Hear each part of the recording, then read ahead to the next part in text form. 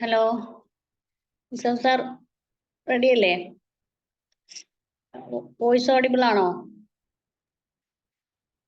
Yes, okay നമുക്ക് തുടങ്ങാം. Okay okay okay Thrissur ചന്ദ്രാപിന്നിയില് നമ്മുടെ സ്ഥിതി ചെയ്യുന്ന നമ്മുടെ വിംബിൾ അക്കാഡമിയിലെ നെക്സ്റ്റ് ഒരു തെറാപ്പി ക്ലാസ്സിലേക്ക് എല്ലാവർക്കും സ്വാഗതം. അപ്പോ നമുക്ക് ഇന്ന് ക്ലാസ്സുകൾ എടുക്കാൻ വന്നിരിക്കുന്ന നമ്മുടെ നിസാവ് സാറാണ്. നിങ്ങളുടെ നിസാവ് സാറിന്റെ പല ക്ലാസ്സുകളും കേട്ടിട്ടുണ്ടാവും. സൈക്കോ തെറാപ്പിസ്റ്റ് ആണ്, അതുപോലെ തന്നെ LD റെമഡിയേറ്റർ ആണ്, സൈക്കോളജിസ്റ്റ് ആണ്. അപ്പോൾ വിവിധങ്ങളായ ക്ലാസ്സുകൾ നമ്മുടെ വിംബിൾ അക്കാഡമിയിൽ ഇതുവരെ നടന്നു പോന്നിട്ടുണ്ട്.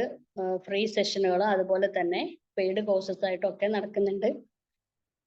പിന്നെ ഇന്ന് നമുക്ക് നിസാവ് സാറിന്റെ തന്നെ ക്ലാസ് ആണ്. സാറിനെ ഞാൻ വെൽക്കം ചെയ്യാണ്. അപ്പോൾ എല്ലാവരും ക്ലാസ് അവസാനം വരെ ഉണ്ടാവുക. നിങ്ങളുടെ സംശയങ്ങളും മറ്റുമൊക്കെ നിങ്ങൾക്ക് ക്ലാസ്സിൽ ചോദിക്കാവുന്നതാണ്. Okay sir, please welcome.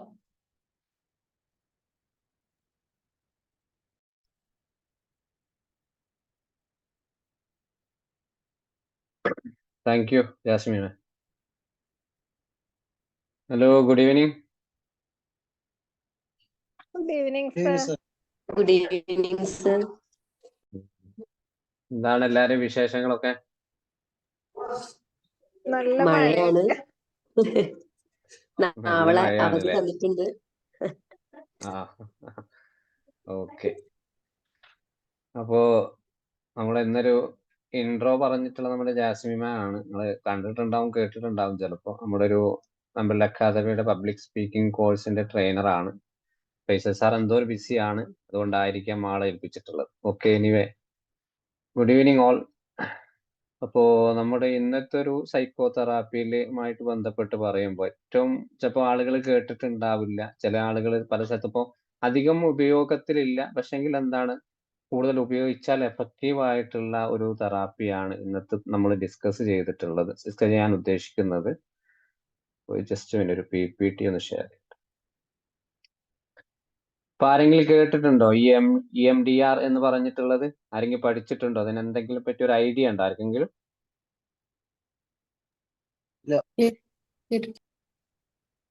കേട്ടിട്ടില്ല. ഹിപ്നോതെറാപ്പിയിൽ വരുന്നതാണോ? ഹിപ്നോതെറാപ്പി പറയും മറ്റേ EFTയുമായിട്ട് കണക്റ്റീവ് ആണ്. ഇത് നമ്മളെ കണ്ണിന്റെ കൃഷ്ണമണിയുടെ അവിടെ ആ വൈറ്റ് സ്പേസ് എത്ര കാണുന്നുണ്ടോ അതിനനുസരിച്ചിട്ട് ആള് തെറാപ്പി കൊടുക്കാൻ കുറച്ച് എഫക്റ്റീവ് ആണ്. അതെ, അതുമായിട്ട് റിലേറ്റഡ് ആണ്. പക്ഷെ ഐ മൂവ്മെന്റ് അല്ലേ ഉദ്ദേശിക്കുന്നത്? അതെ, ഐ മൂവ്മെന്റ് ആണ്. അതായത് നമുക്ക് അതിലേക്ക് വിശദമായിട്ട് വരാം. നിങ്ങളിപ്പോ അടുത്ത കാലത്ത് ഒരു ഫിലിം കണ്ടിട്ടില്ലേ? കുഞ്ചാക്കോ ബോബന്റെ ഒക്കെ ഒരു മൂവി, എന്താണ് പിന്നെ എന്തൊരു വില്ല എന്ന് പറഞ്ഞിട്ടുള്ള ആ മൂവിയുടെ പേര്. പക്ഷെ അതില് ശരിക്കും EMDR ഉപയോഗിക്കുന്നത് ശ്രദ്ധിച്ചാൽ കാണാം. അതില് ബോഗെയിൻവില്ല. അതെ. അതില് പിന്നെ ജ്യോതിർമയ്ക്ക് വേണ്ടി ആ ഒരു കഴിഞ്ഞു പോയിട്ടുള്ള ആ ട്രോമകൾ എന്താണ് ഓർമ്മയിലേക്ക് തിരിച്ചു കൊണ്ടുവരാൻ, ഓർമ്മ ശക്തികളൊക്കെ ഡിമെൻഷ്യ ബാധിച്ചിട്ടുള്ളവരെ പൂർണ്ണതയിലേക്ക് എന്തെങ്കിലും ഒരു ഓർമ്മ കിട്ടാൻ വേണ്ടി ഇത് ഉപയോഗിക്കുന്നുണ്ട്. അപ്പൊ നമുക്ക് ഈ ഒരു EMDRലേക്ക് നമുക്ക് വരാം. അപ്പോ EMDR എന്ന് പറയുന്നത് ഐ മൂവ്മെന്റ് ഡീസെൻറ്റൈസേഷൻ റീപ്രൊസസിങ് എന്നാണ്. അതായത് നമ്മുടെ മുമ്പിൽ വരുന്ന ഒരു ക്ലയന്റ് ആരുമായിക്കോട്ടെ, നമ്മുടെ മുന്നിൽ ട്രീറ്റ്മെന്റിന് വരുന്ന ആളുകളെ കുറച്ചു നേരത്തേക്ക് എന്താണ് അവരുടെ മുന്നിൽ കഴിഞ്ഞിട്ടുള്ള ഒരു ട്രോമയോ അബ്യൂസോ എന്തുമായിക്കോട്ടെ അവരെ കഷ്ടപ്പാടുകളൊക്കെ ഒന്ന് ഓർത്തെടുക്കാൻ വേണ്ടി നമ്മൾ ഫോക്കസ് ചെയ്യുന്ന ഒരു ഐ മൂവ്മെന്റ് ഡീസെൻറ്റേഷൻ പ്രോസസ്സിംഗ് ആണ് ഈ EMDR എന്ന് പറയുന്നത്. അതായത് ഇതിൽ ഏറ്റവും വലിയ ഒരു പിന്നെ ഇതിന്റെ ടൂൾസ് എന്നൊരു ബിലാറ്ററൽ സ്റ്റിമുലേഷൻ എന്നാണ്. അതായത് ഒരു നിലവിൽ നമ്മൾ എന്താണ് ഒരു കണ്ണിന് കണ്ണുകൾ കൊണ്ട് ചലിപ്പിക്കുക, അതേപോലെ എന്താണ് ടാപ്പിംഗ്, അതിന്റെ കൂടെ തന്നെ ടാപ്പ് ചെയ്യുക എന്നുള്ളത്. ടാപ്പ് മീൻസ് നമ്മളൊരു ചിലപ്പോൾ പല ആളുകളും എന്താണ് യൂറോപ്പിലൊക്കെ നമ്മൾ പല യൂട്യൂബ്സും കാണാൻ ചില കൈകൾ കൊണ്ട് അങ്ങോട്ടും ഇങ്ങോട്ടും ആകും. ചില ആളുകൾക്ക് എന്താ ടാപ്പ് ചെയ്യാന്നുള്ളത്. ടാപ്പ് മീൻസ് എന്താ ക്ലയന്റ് ഇങ്ങനെ കണ്ണിന് അങ്ങോട്ടും ഇങ്ങോട്ടും വലത്തോട്ടും ഇടത്തോട്ടും ആക്കാൻ പറയും. എന്താണ് നമ്മൾ കൈ കൊണ്ട് എന്താണ് തെറാപ്പിസ്റ്റ് അയാളുടെ ഇടത്തെ കൈക്ക് ഒന്ന് തട്ടും, അതേപോലെ അതേ സ്പീഡിൽ തന്നെ വലത്തെ കൈക്കും തോളിൽ തട്ടി അങ്ങോട്ടും ഇങ്ങോട്ടും തട്ടി മാറി മാറി തട്ടുന്ന ഒരു രീതി. അതാണ് ഈ ഒരു ബിലാറ്ററൽ സ്റ്റിമുലേഷൻ എന്ന് പറയുന്നത്. അതിൽ എന്താണ് ക്ലയന്റിന്റെ ഐ മൂവ്മെന്റ് നടക്കണം, അതേപോലെ നമ്മുടെ തെറാപ്പിസ്റ്റിന്റെ കൈകൾ എന്താണ് രണ്ട് ഭാഗത്തേക്കും ചലിക്കുന്ന ഒരു ആ ചലിക്കുന്ന സമയത്ത് എന്താണ് അവരുടെ മനസ്സിൽ വരുന്ന ഒരുപാട് ചിന്തകൾ എന്താണ്, അവരുടെ പ്രയാസങ്ങൾ, അവർക്ക് എന്താണ് ആ ഒരു കണ്ണിന്റെ മൂവ്മെന്റ്, അത് അതിന്റെ അങ്ങോട്ടും ഇങ്ങോട്ടും മാറുന്ന ആ ദിശയിൽ എന്താണ് ആ ചിന്തകളിലൊക്കെ എന്താണ് അവരെ പൂർണ്ണമായിട്ടും ആ ഒരു മൊമെന്റ്, കുറഞ്ഞ നേരത്തേക്ക് ആ ഒരു മൊമെന്റ് നമുക്ക് കിട്ടും. അതായത് ഒരു ക്ലിനിക്കൽ ഒരു എക്സ്പോഷർ എന്ന രീതിയിലാണ് നമുക്കിത് ചെയ്യുക. അല്ലാണ്ട് സാധാരണക്കാർക്കൊന്നും നമ്മുടെ കൗൺസിലിംഗ് സെന്ററിലൊന്നും നമുക്കിത് ചെയ്യാൻ പറ്റില്ല. പക്ഷെ എന്താണ് വ്യക്തമായിച്ചപ്പോ ഇലക്ട്രിക്കൽ, നേരത്തെ പറഞ്ഞ ആ മൂവ്മെന്റ് ഒരു ഫിലിമിലൊക്കെ ഇലക്ട്രിക്കൽ മൂവ്മെന്റ് ആണ്. ഒരു സിഗ്നൽ വെച്ചിട്ട് ഇങ്ങനെ പറക്കുന്ന സമയത്ത് അവർ അതിനെ മാത്രം ആ സിഗ്നലിനെ മാത്രം ഫോക്കസ് ചെയ്യുന്ന സമയത്ത് അവരെ കണ്ണുകൾ അങ്ങോട്ടും ഇങ്ങോട്ടും ഒക്കെ പോകുന്നത്. അപ്പൊ എന്താണ് പഴയ ഓർമ്മകൾ, ചില ഓർമ്മകൾ കിട്ടും. കാരണം പെട്ടെന്ന് ചില ആളുകൾക്ക് ഹൈ ട്രോമ ഉള്ള ആളുകൾക്ക് എന്താണ് അത് കൂടുതൽ കുറെ തവണ നമ്മൾ കാണിച്ചു കൊടുക്കേണ്ടി വരും. എന്നാൽ മാത്രമേ കുറെയൊക്കെ അവർക്ക് എന്താണ് അതിന്റെ എഫക്റ്റീവും അതിന്റെ കാര്യങ്ങൾ അവരെ പുറത്തേക്ക് വരും. ഇതാണ് ഒരു റീപ്രൊസസിങ് എന്ന് പറയുന്നത്. അപ്പൊ ഇതൊരു കൊണ്ടുവന്നിട്ടുള്ളത് ഒരു അമേരിക്കൻ സൈക്കോളജിസ്റ്റ് ആയിട്ടുള്ള ഈ ഫ്രാൻസിനോ ഷാപിറോ എന്ന് പറഞ്ഞിട്ടുള്ള ഒരാളാണ്. ഏകദേശം 1987 ഈ ഒരു പിന്നെ അവര് കൊണ്ടുവന്നിട്ടുള്ളത്. പക്ഷെ ഇതിന്റെ പിന്നിൽ ഏതൊരു തെറാപ്പി ആണെങ്കിലും പിന്നിലായിട്ട് ചില റീസണുകൾ ഉണ്ടാവും. കാരണം ആ സമയത്ത് ഇവർ ഒരുപാട് കാലം മാനസികമായിട്ടുള്ള ബുദ്ധിമുട്ടുകൾ അനുഭവിച്ചിട്ടുള്ള ഒരു സമയമായിരുന്നു അവര്. കാരണം ഈ ഒരു മെന്റൽ മേഖലയിലാണെങ്കിൽ പോലും അവർക്ക് എന്താണ് ഫാമിലി റിലേറ്റഡ് ആയിട്ട് റിലേഷൻഷിപ്പുമായിട്ട് പലതരത്തിലുള്ള ബുദ്ധിമുട്ടുകൾ ഉണ്ടായി. അങ്ങനെ ഒരു ദിവസം എന്താണ് അവർ വെറുതെ ഒന്ന് പാർക്കിലേക്ക് ഇറങ്ങിയ സമയത്ത് ഒരു പാർക്കിലൂടെ നടക്കുന്ന സമയത്ത് അവരുടെ കണ്ണുകൾ എന്താണ് അങ്ങോട്ടും ഇങ്ങോട്ടും പല ഭാഗത്തേക്കും നോക്കും. ഓരോ ഭാഗത്തേക്കും അവർ നോക്കുമ്പോ എന്താണ് അവർ ശ്രദ്ധയിൽ ഓരോന്ന് ഫോക്കസ് ചെയ്തപ്പോ അവരുടെ കഴിഞ്ഞു പോയിട്ടുള്ള ഒരുപാട് നല്ല നിമിഷങ്ങൾ അവർ ഓർമ്മയിലേക്ക് വന്നു. അതേപോലെ കഷ്ടപ്പാട് എവിടെയൊക്കെയാണ് താൻ ബുദ്ധിമുട്ടുകൾ അനുഭവിച്ചത് കുറഞ്ഞ സമയത്തെങ്കിലും അവർ ഓർമ്മയിലേക്ക് വന്നു. അതിനുശേഷമാണ് അവര് 1989 ഒരു സയന്റിഫിക് ഒരു സ്റ്റഡി റിസർച്ച് തന്നെ നടത്തിയിട്ട് എന്താണ് ഇതൊരു വലിയൊരു ട്രീറ്റ്മെന്റ് ആണ്, ഇതൊരു തെറാപ്പിയാണ് എന്ന് പറഞ്ഞിട്ട് നമുക്ക് എന്താണ് ലോകത്തിലേക്ക് മുന്നിലേക്ക് കൊണ്ടുവന്നിട്ടുള്ളത്. പക്ഷെ നമ്മുടെ നാട്ടിലൊക്കെ പൊതുവെ ഇത് കൂടുതൽ നമ്മൾ ഈ ഒരു ലെവലിൽ കൂടുതലായി നാട്ടിലൊക്കെ ഉപയോഗിക്കുന്നത് എന്ന് പറഞ്ഞാൽ ക്ലിനിക്കൽ ഉണ്ടെങ്കിൽ പോലും എന്താണ് ഈ ഒരു ഫോറൻസിക് കേസുമായിട്ട് ബന്ധപ്പെട്ടിട്ടുള്ള ആ ഒരു ഏരിയ കൂടെയൊക്കെയാണ് നമ്മളതൊക്കെ ഏറ്റവും കൂടുതൽ ഗുജറാത്ത്, ഡൽഹിയിലൊക്കെ നമ്മളെ നാട്ടിൽ ഏറ്റവും കൂടുതൽ ഉപയോഗിക്കുന്നുണ്ട് EMDR. കേരളത്തിൽ പൊതുവെ കുറവാണ്. അപ്പോൾ ഈ ഒരു തെറാപ്പിയിൽ നമുക്ക് ഏറ്റവും കൂടുതൽ ഉപയോഗിക്കുന്ന ഏരിയ എന്ന് പറയുന്നത് PTSD തന്നെ, പോസ്റ്റ് ട്രോമാറ്റിക് ഈ പറഞ്ഞിട്ടുള്ള ആ ഒരു ട്രോമയുമായിട്ട് ബന്ധപ്പെട്ടുള്ള കാര്യങ്ങൾ. പിന്നെ ചൈൽഡ് അബ്യൂസ് ട്രോമ, ആ ഒരു സമയത്ത് കുട്ടികൾക്ക് ഉണ്ടാകുന്ന അബ്യൂസുകൾ, ട്രോമകൾ കണ്ടെത്താൻ നമുക്ക് ഇത് ഉപയോഗിക്കാം. പിന്നെ ആങ്സൈറ്റി ഡിസോർഡറുകൾ ഉപയോഗിക്കാം, ഫോബിയാസുകൾ, ഡിപ്രഷൻ, പിന്നെ പാനിക് അറ്റാക്സുകൾ, ഗ്രീഫ്സ് ആൻഡ് ലോസ് എന്നത് എന്തെങ്കിലും നഷ്ടബോധം, പെട്ടെന്ന് ഒരാൾ മരിച്ചു പോയിട്ട് അയാൾ വല്ലാതെ സങ്കടത്തിൽ നിൽക്കുന്ന ഒരാൾ, അല്ലെങ്കിൽ ജീവിതത്തിൽ എന്തെങ്കിലും ജോലിയൊക്കെ പെട്ടെന്ന് ജോലി നഷ്ടപ്പെട്ടു പോയി, അല്ലെങ്കിൽ മറ്റു വളരെ മൂല്യമായിട്ടുള്ള ഒരു ലൈഫിൽ എന്തെങ്കിലും നഷ്ടപ്പെട്ടു അതിൽ പെട്ടെന്ന് ആൾ ഹൈ ഡിപ്രഷൻ ആയി ട്രോമയായിട്ടുള്ള ബന്ധപ്പെട്ടുള്ള കാര്യങ്ങളൊക്കെ ആണെങ്കിൽ, പിന്നെ എന്താണ് ക്രോണിക് പെയിൻ എന്ന് പറയുമ്പോൾ സൊമാറ്റിക് ആയിട്ട് എപ്പോഴും വേദനകളും കാര്യങ്ങളും പറഞ്ഞ് നടക്കുന്ന എവിഡൻസ് ഇല്ലാത്ത വേദനകളുമായിട്ട് നൽകുന്ന ആളുകൾക്ക്, ഇവർക്കൊക്കെ എന്താണ് നമ്മൾ EMDR കുറെയൊക്കെ ഉപയോഗിച്ചാൽ കുറെയൊക്കെ റിസൾട്ടുകൾ ഉണ്ടാവും എന്നാണ് നമുക്ക് തെളിവുകൾ ഉണ്ടായിട്ടുള്ളത്. അപ്പോ ഈ ഒരു തെറാപ്പിയിലേക്ക് നമ്മൾ പോകുമ്പോൾ പ്രധാനമായിട്ട് ഈ പറഞ്ഞിട്ടുള്ള കാര്യങ്ങളാണ് ടെർമിനോളജി. ഈ EMDR തെറാപ്പി എന്ന് പറയുമ്പോൾ ഈ പറഞ്ഞിട്ട് ഒരു 6-7 കാര്യങ്ങൾ നമ്മൾ ശ്രദ്ധിച്ചാൽ മാത്രമേ എന്താണ് ആ തെറാപ്പി നമുക്ക് കറക്റ്റ് ആയിട്ട് EMDR കൊടുക്കാൻ പറ്റൂ. അതപ്പോ ആദ്യത്തെ എന്താണ് ടാർഗറ്റ് എന്ന് പറയുന്നത് എന്താണ്, നമ്മൾ ടാർഗറ്റ് എന്ന് പറയുമ്പോൾ ചികിത്സയുമായി അല്ലെങ്കിൽ ട്രീറ്റ്മെന്റുമായി നമ്മൾ ബന്ധപ്പെട്ട് മുന്നോട്ട് ഈ ഒരു ക്ലയന്റിന് നമ്മൾ EMDR കൊടുക്കുക എന്ന് വിചാരിച്ചു കഴിഞ്ഞാൽ നമ്മൾ ആദ്യം എന്താണ് അവരുടെ എന്ത് ഓർമ്മകളാണ് നമുക്ക് പുറത്തേക്ക് കൊണ്ടുവരേണ്ടത്, അതായത് അവരുടെ എന്ത് അനുഭവങ്ങളാണ് നമുക്ക് അവരിൽ നിന്ന് പൂർണ്ണമായിട്ടും തിരിച്ചറിയേണ്ടത്. ഇനി ഒരു അബ്യൂസ് ആണോ, അല്ലെങ്കിൽ എന്താ പറയുക ആക്സിഡന്റുമായി ആക്സിഡന്റിൽ വന്നതിന് ശേഷമുള്ള ഒരു PSD ആണോ, അല്ലെങ്കിൽ എന്താണ് ഒരു ഡെലിവറിക്ക് ശേഷം വന്നിട്ടുള്ള ഒരു ഡിപ്രഷൻ ആണോ, എന്താണ് നമുക്ക് എന്താണ് അവരിൽ നിന്നൊരു ഓർമ്മകൾക്ക് നമുക്ക് കണ്ടെത്തേണ്ടത്, ഏതൊരവസ്ഥയിൽ നിന്നാണ് അവരെ പുറത്തേക്ക് കൊണ്ടുവരേണ്ടത്, അത് നമ്മൾ വ്യക്തമായിട്ട് മനസ്സിലാക്കും. അതാണ് ടാർഗറ്റ് എന്ന് പറയുന്നത്. എന്താണ് നമുക്ക് അവരിൽ നിന്നും മനസ്സിലാക്കേണ്ടത്, അവർക്ക് പിന്നീട് പറഞ്ഞു കൊടുക്കേണ്ടത്, അത് നമ്മൾ വ്യക്തമായിട്ട് നമ്മൾ ആദ്യം മനസ്സിലാക്കി എടുക്കുക എന്നുള്ളതാണ്.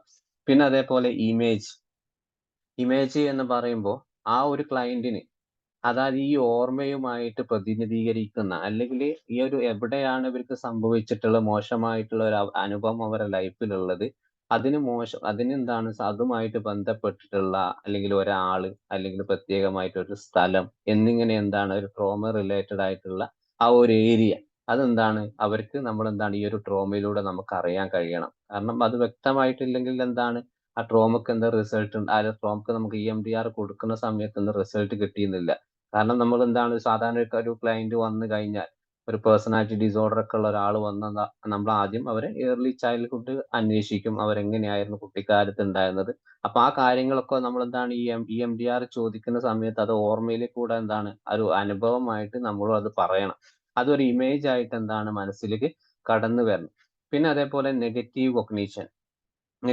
കൊഗ്നിഷൻ എന്ന് പറയുമ്പോൾ അവരുടെ ചിന്തകളിൽ ഉണ്ടാകുന്ന വ്യതിയാനങ്ങളെ നമ്മൾ തിരിച്ചറിയാൻ നമുക്ക് കഴിയണം.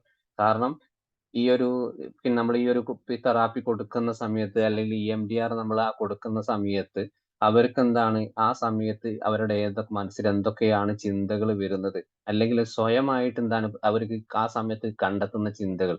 സാധാരണ ഇന്നർ ഹീൽ ചെയ്യുന്നത് പോലെ തന്നെ നമ്മൾ ഈ കൊടുക്കുന്ന സമയത്ത് അയാള് വളരെയധികം വളരെ വൈകാരികമായ പ്രയാസങ്ങൾ ഉണ്ടാകുന്നു. അപ്പൊ അവരുടെ മനസ്സിൽ എന്താ ചിന്തകൾ വരിക?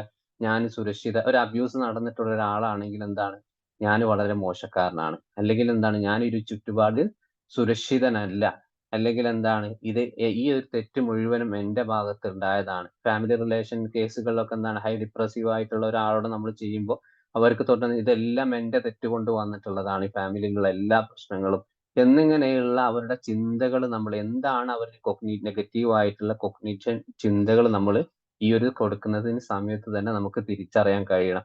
എന്നാൽ മാത്രമേ എന്താണ് ഇത് കൊടുത്തിട്ട് അവിടെ ഒരു എഫക്റ്റീവ് ആവും.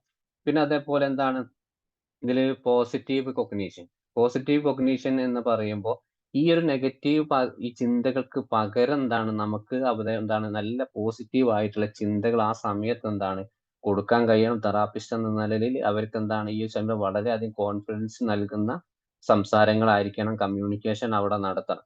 കാരണം എന്താണ്, നിങ്ങൾ സുരക്ഷിതനാണ്, നിങ്ങൾക്ക് ഇനി എന്താണ് ലൈഫിൽ ഇനി ഒന്നും പേടിക്കേണ്ടതില്ല, അല്ലെങ്കിൽ എന്താണ് അന്ന് ഒരു അബ്യൂസോ ഒരു ട്രോമയോ സംഭവിച്ചത് നിങ്ങളുടെ തെറ്റ് മൂലമല്ല എന്നിങ്ങനെയുള്ള വാക്കുകൾ എന്താണ് അവർ ഈ ചെയ്യുന്ന സമയത്ത് എന്താണ് അവരോട് പറഞ്ഞുകൊണ്ടിരിക്കണം. അല്ലെങ്കിൽ എന്താണ് ചെയ്യുന്നതിന് ഇത് ഒരു വട്ടം നമ്മൾ ചെയ്തു കഴിഞ്ഞു, അതിനുശേഷം ഒരു ചെറിയൊരു ഗ്യാപ്പ് എടുക്കുന്നു. ആ ഗ്യാപ്പ് എടുത്തുകൊണ്ട് ഈ ഒരു കാര്യം അവരോട് പറഞ്ഞ ശേഷം വീണ്ടും എന്താണ് ഈ ഒരു പ്രോസസ്സിംഗിലേക്ക് നമ്മൾ അവരെ കൊണ്ടുവരണം. അപ്പോ ഇതില് പ്രധാനമായിട്ടും ആദ്യത്തെ 4 കാര്യങ്ങൾ നമ്മൾ പ്രത്യേകം സാധാരണ ഒരു പിന്നെ MSc റിപ്പോർട്ട് ഉണ്ടാക്കുന്നത് പോലെ തന്നെ ആദ്യത്തെ ടാർഗറ്റിൽ അവരെ പൂർണ്ണമായിട്ടും ഡീറ്റെയിൽസ് വന്നു. ഇമേജസിൽ എന്താണ് വരുന്നത്, അവർക്ക് എന്താണ് സംഭവിച്ചിട്ടുള്ളത്, ഏതാണ് സ്ഥലം, എങ്ങനെ, അതൊക്കെ തിരിച്ചറിയാൻ വേണ്ടി. നെഗറ്റീവിലേക്ക് വരുന്ന സമയത്ത് എന്താണ് നെഗറ്റീവായ ചിന്തകൾ ഈ സമയത്ത്, അല്ലെങ്കിൽ ഈ ഓർമ്മകൾ വരുന്ന സമയത്ത് എന്താണ് അവരെ ഒരു കോർ ബിലീഫുകൾ നമ്മൾ കണ്ടെത്തുക. ഇനി പോസിറ്റീവ് കൊഗ്നിഷനിൽ വരുന്ന സമയത്ത് ഈ കോർ ബിലീഫിനെ നമ്മൾ തിരിച്ചറിഞ്ഞിട്ട് നിങ്ങൾ സുരക്ഷിതനാണ്, നിങ്ങൾക്ക് ഇനി ബുദ്ധിമുട്ടും വരാനില്ല എന്ന് നമ്മൾ പറഞ്ഞ് മനസ്സിലാക്കുക എന്നുള്ളതാണ്. ഈ ഒരു 4 ശേഷം എന്താണ് അവർക്ക് ഈ ഒരു വോക്സി എന്ന് പറയുന്ന വാലിഡിറ്റി ഓഫ് ക്വസ്റ്റ്യൻ സ്കെയിലി എന്ന് പറഞ്ഞിട്ടുള്ള ഒരു ക്വസ്റ്റ്യൻ ആണ്.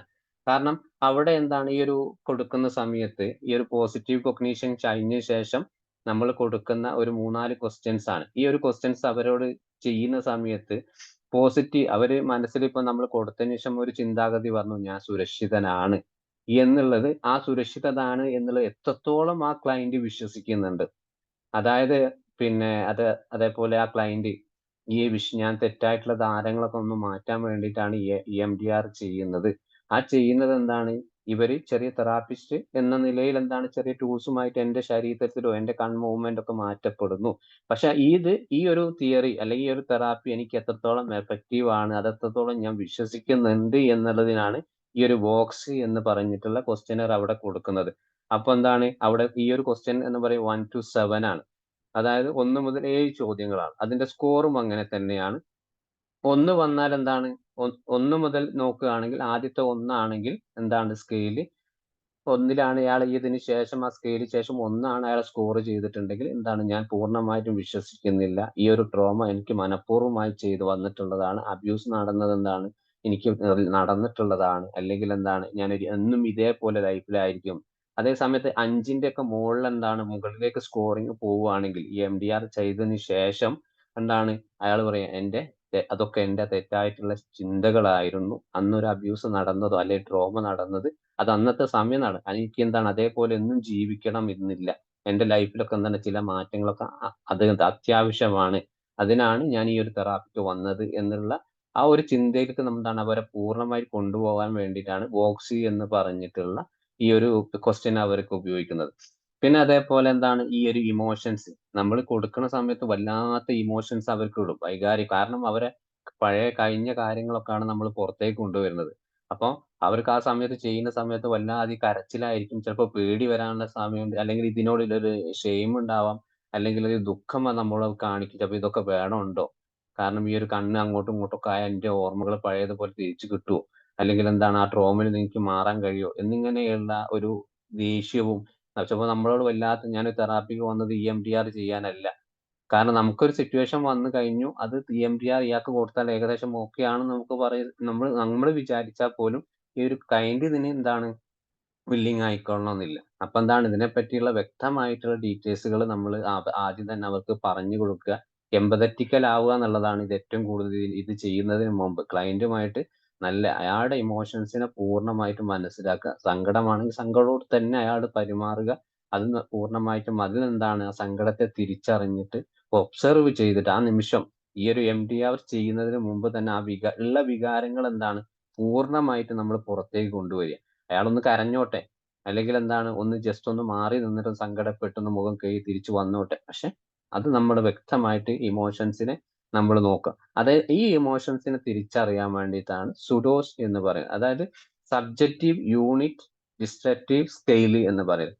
അവരുടെ ഇമോഷൻസിന്റെ സ്കെയില് ആ ഒരു സമയത്ത് ഹൈ ആണോ കുറവാണോ എന്ന് മനസ്സിലാക്കാൻ വേണ്ടിയിട്ട് നമ്മൾ ഉപയോഗിക്കുന്ന ഒരു സ്കെയിലാണ്. അപ്പോൾ ഇതെല്ലാത്തിലും നമുക്ക് ആങ്സൈറ്റി ലെവൽ കുറയ്ക്കാൻ വേണ്ടിയിട്ടൊക്കെ ഉപയോഗിക്കുന്ന ഒരു സ്കെയില് തന്നെയാണ്.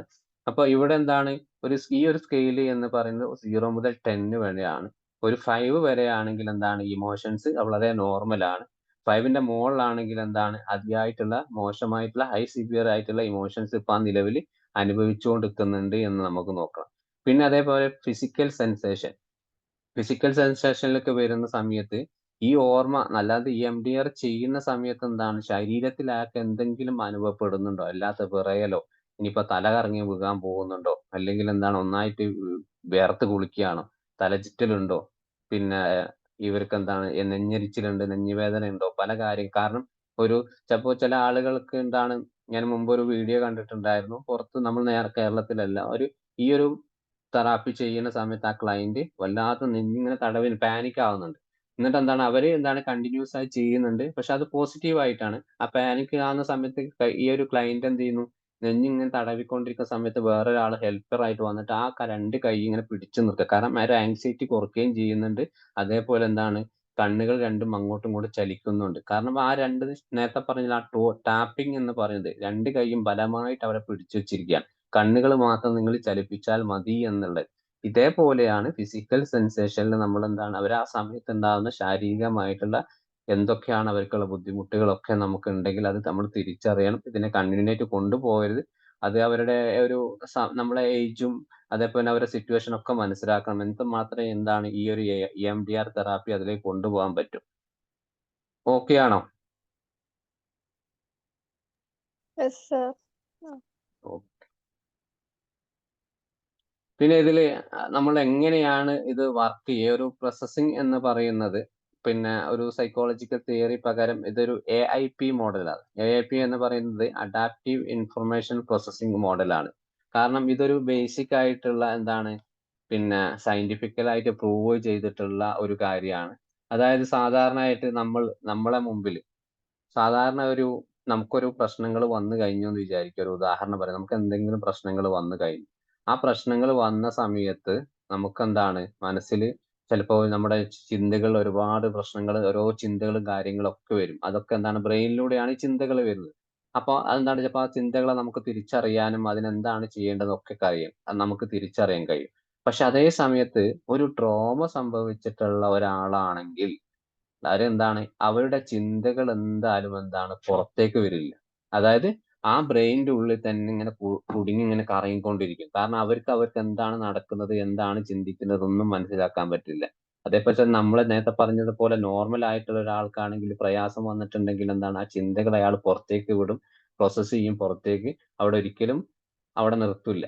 അതേസമയം ട്രോമ സംഭവിച്ചുള്ള ഒരാൾക്ക് എന്തുകൊണ്ടാണ് വർഷങ്ങളോളം അതിൽ തന്നെ പെട്ടുപോണത്? അവർക്ക് ഉള്ളിൽ കിടക്കുന്ന ആ ബ്രെയിനിൽ നടക്കുന്ന ആ ഒരു പ്രോസസ്സിംഗ് എന്താണ് പുറത്തേക്ക് വരുന്നില്ല. ചിന്തകൾ അവർക്ക് തിരിച്ചറിയാൻ പറ്റുന്നില്ല. അതെന്നും അങ്ങനെ തന്നെ നിൽക്കുക.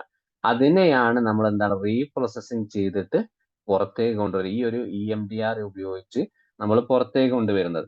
അപ്പോ ഇതില് ഏറ്റവും കൂടുതൽ നമുക്ക് ഏറ്റവും ഐ മൂവ്മെന്റ് ഏറ്റവും കൂടുതൽ ബാധിക്കുന്നത് എവിടെയാ? അപ്പൊ മെമ്മറിനെ തന്നെയാണ്. ഈ ഒരു മെമ്മറിയിൽ നമുക്ക് എന്താണ് കണ്ണുകൾ അങ്ങോട്ടും ഇങ്ങോട്ടും പോകുന്ന സമയത്ത് വലത്തേക്ക് പോകുന്ന സമയത്ത് നമ്മളെ മെമ്മറിക്ക് കൂടുതലായിട്ട് എന്താണ് ഒബ്സർവ് ചെയ്യാണ്.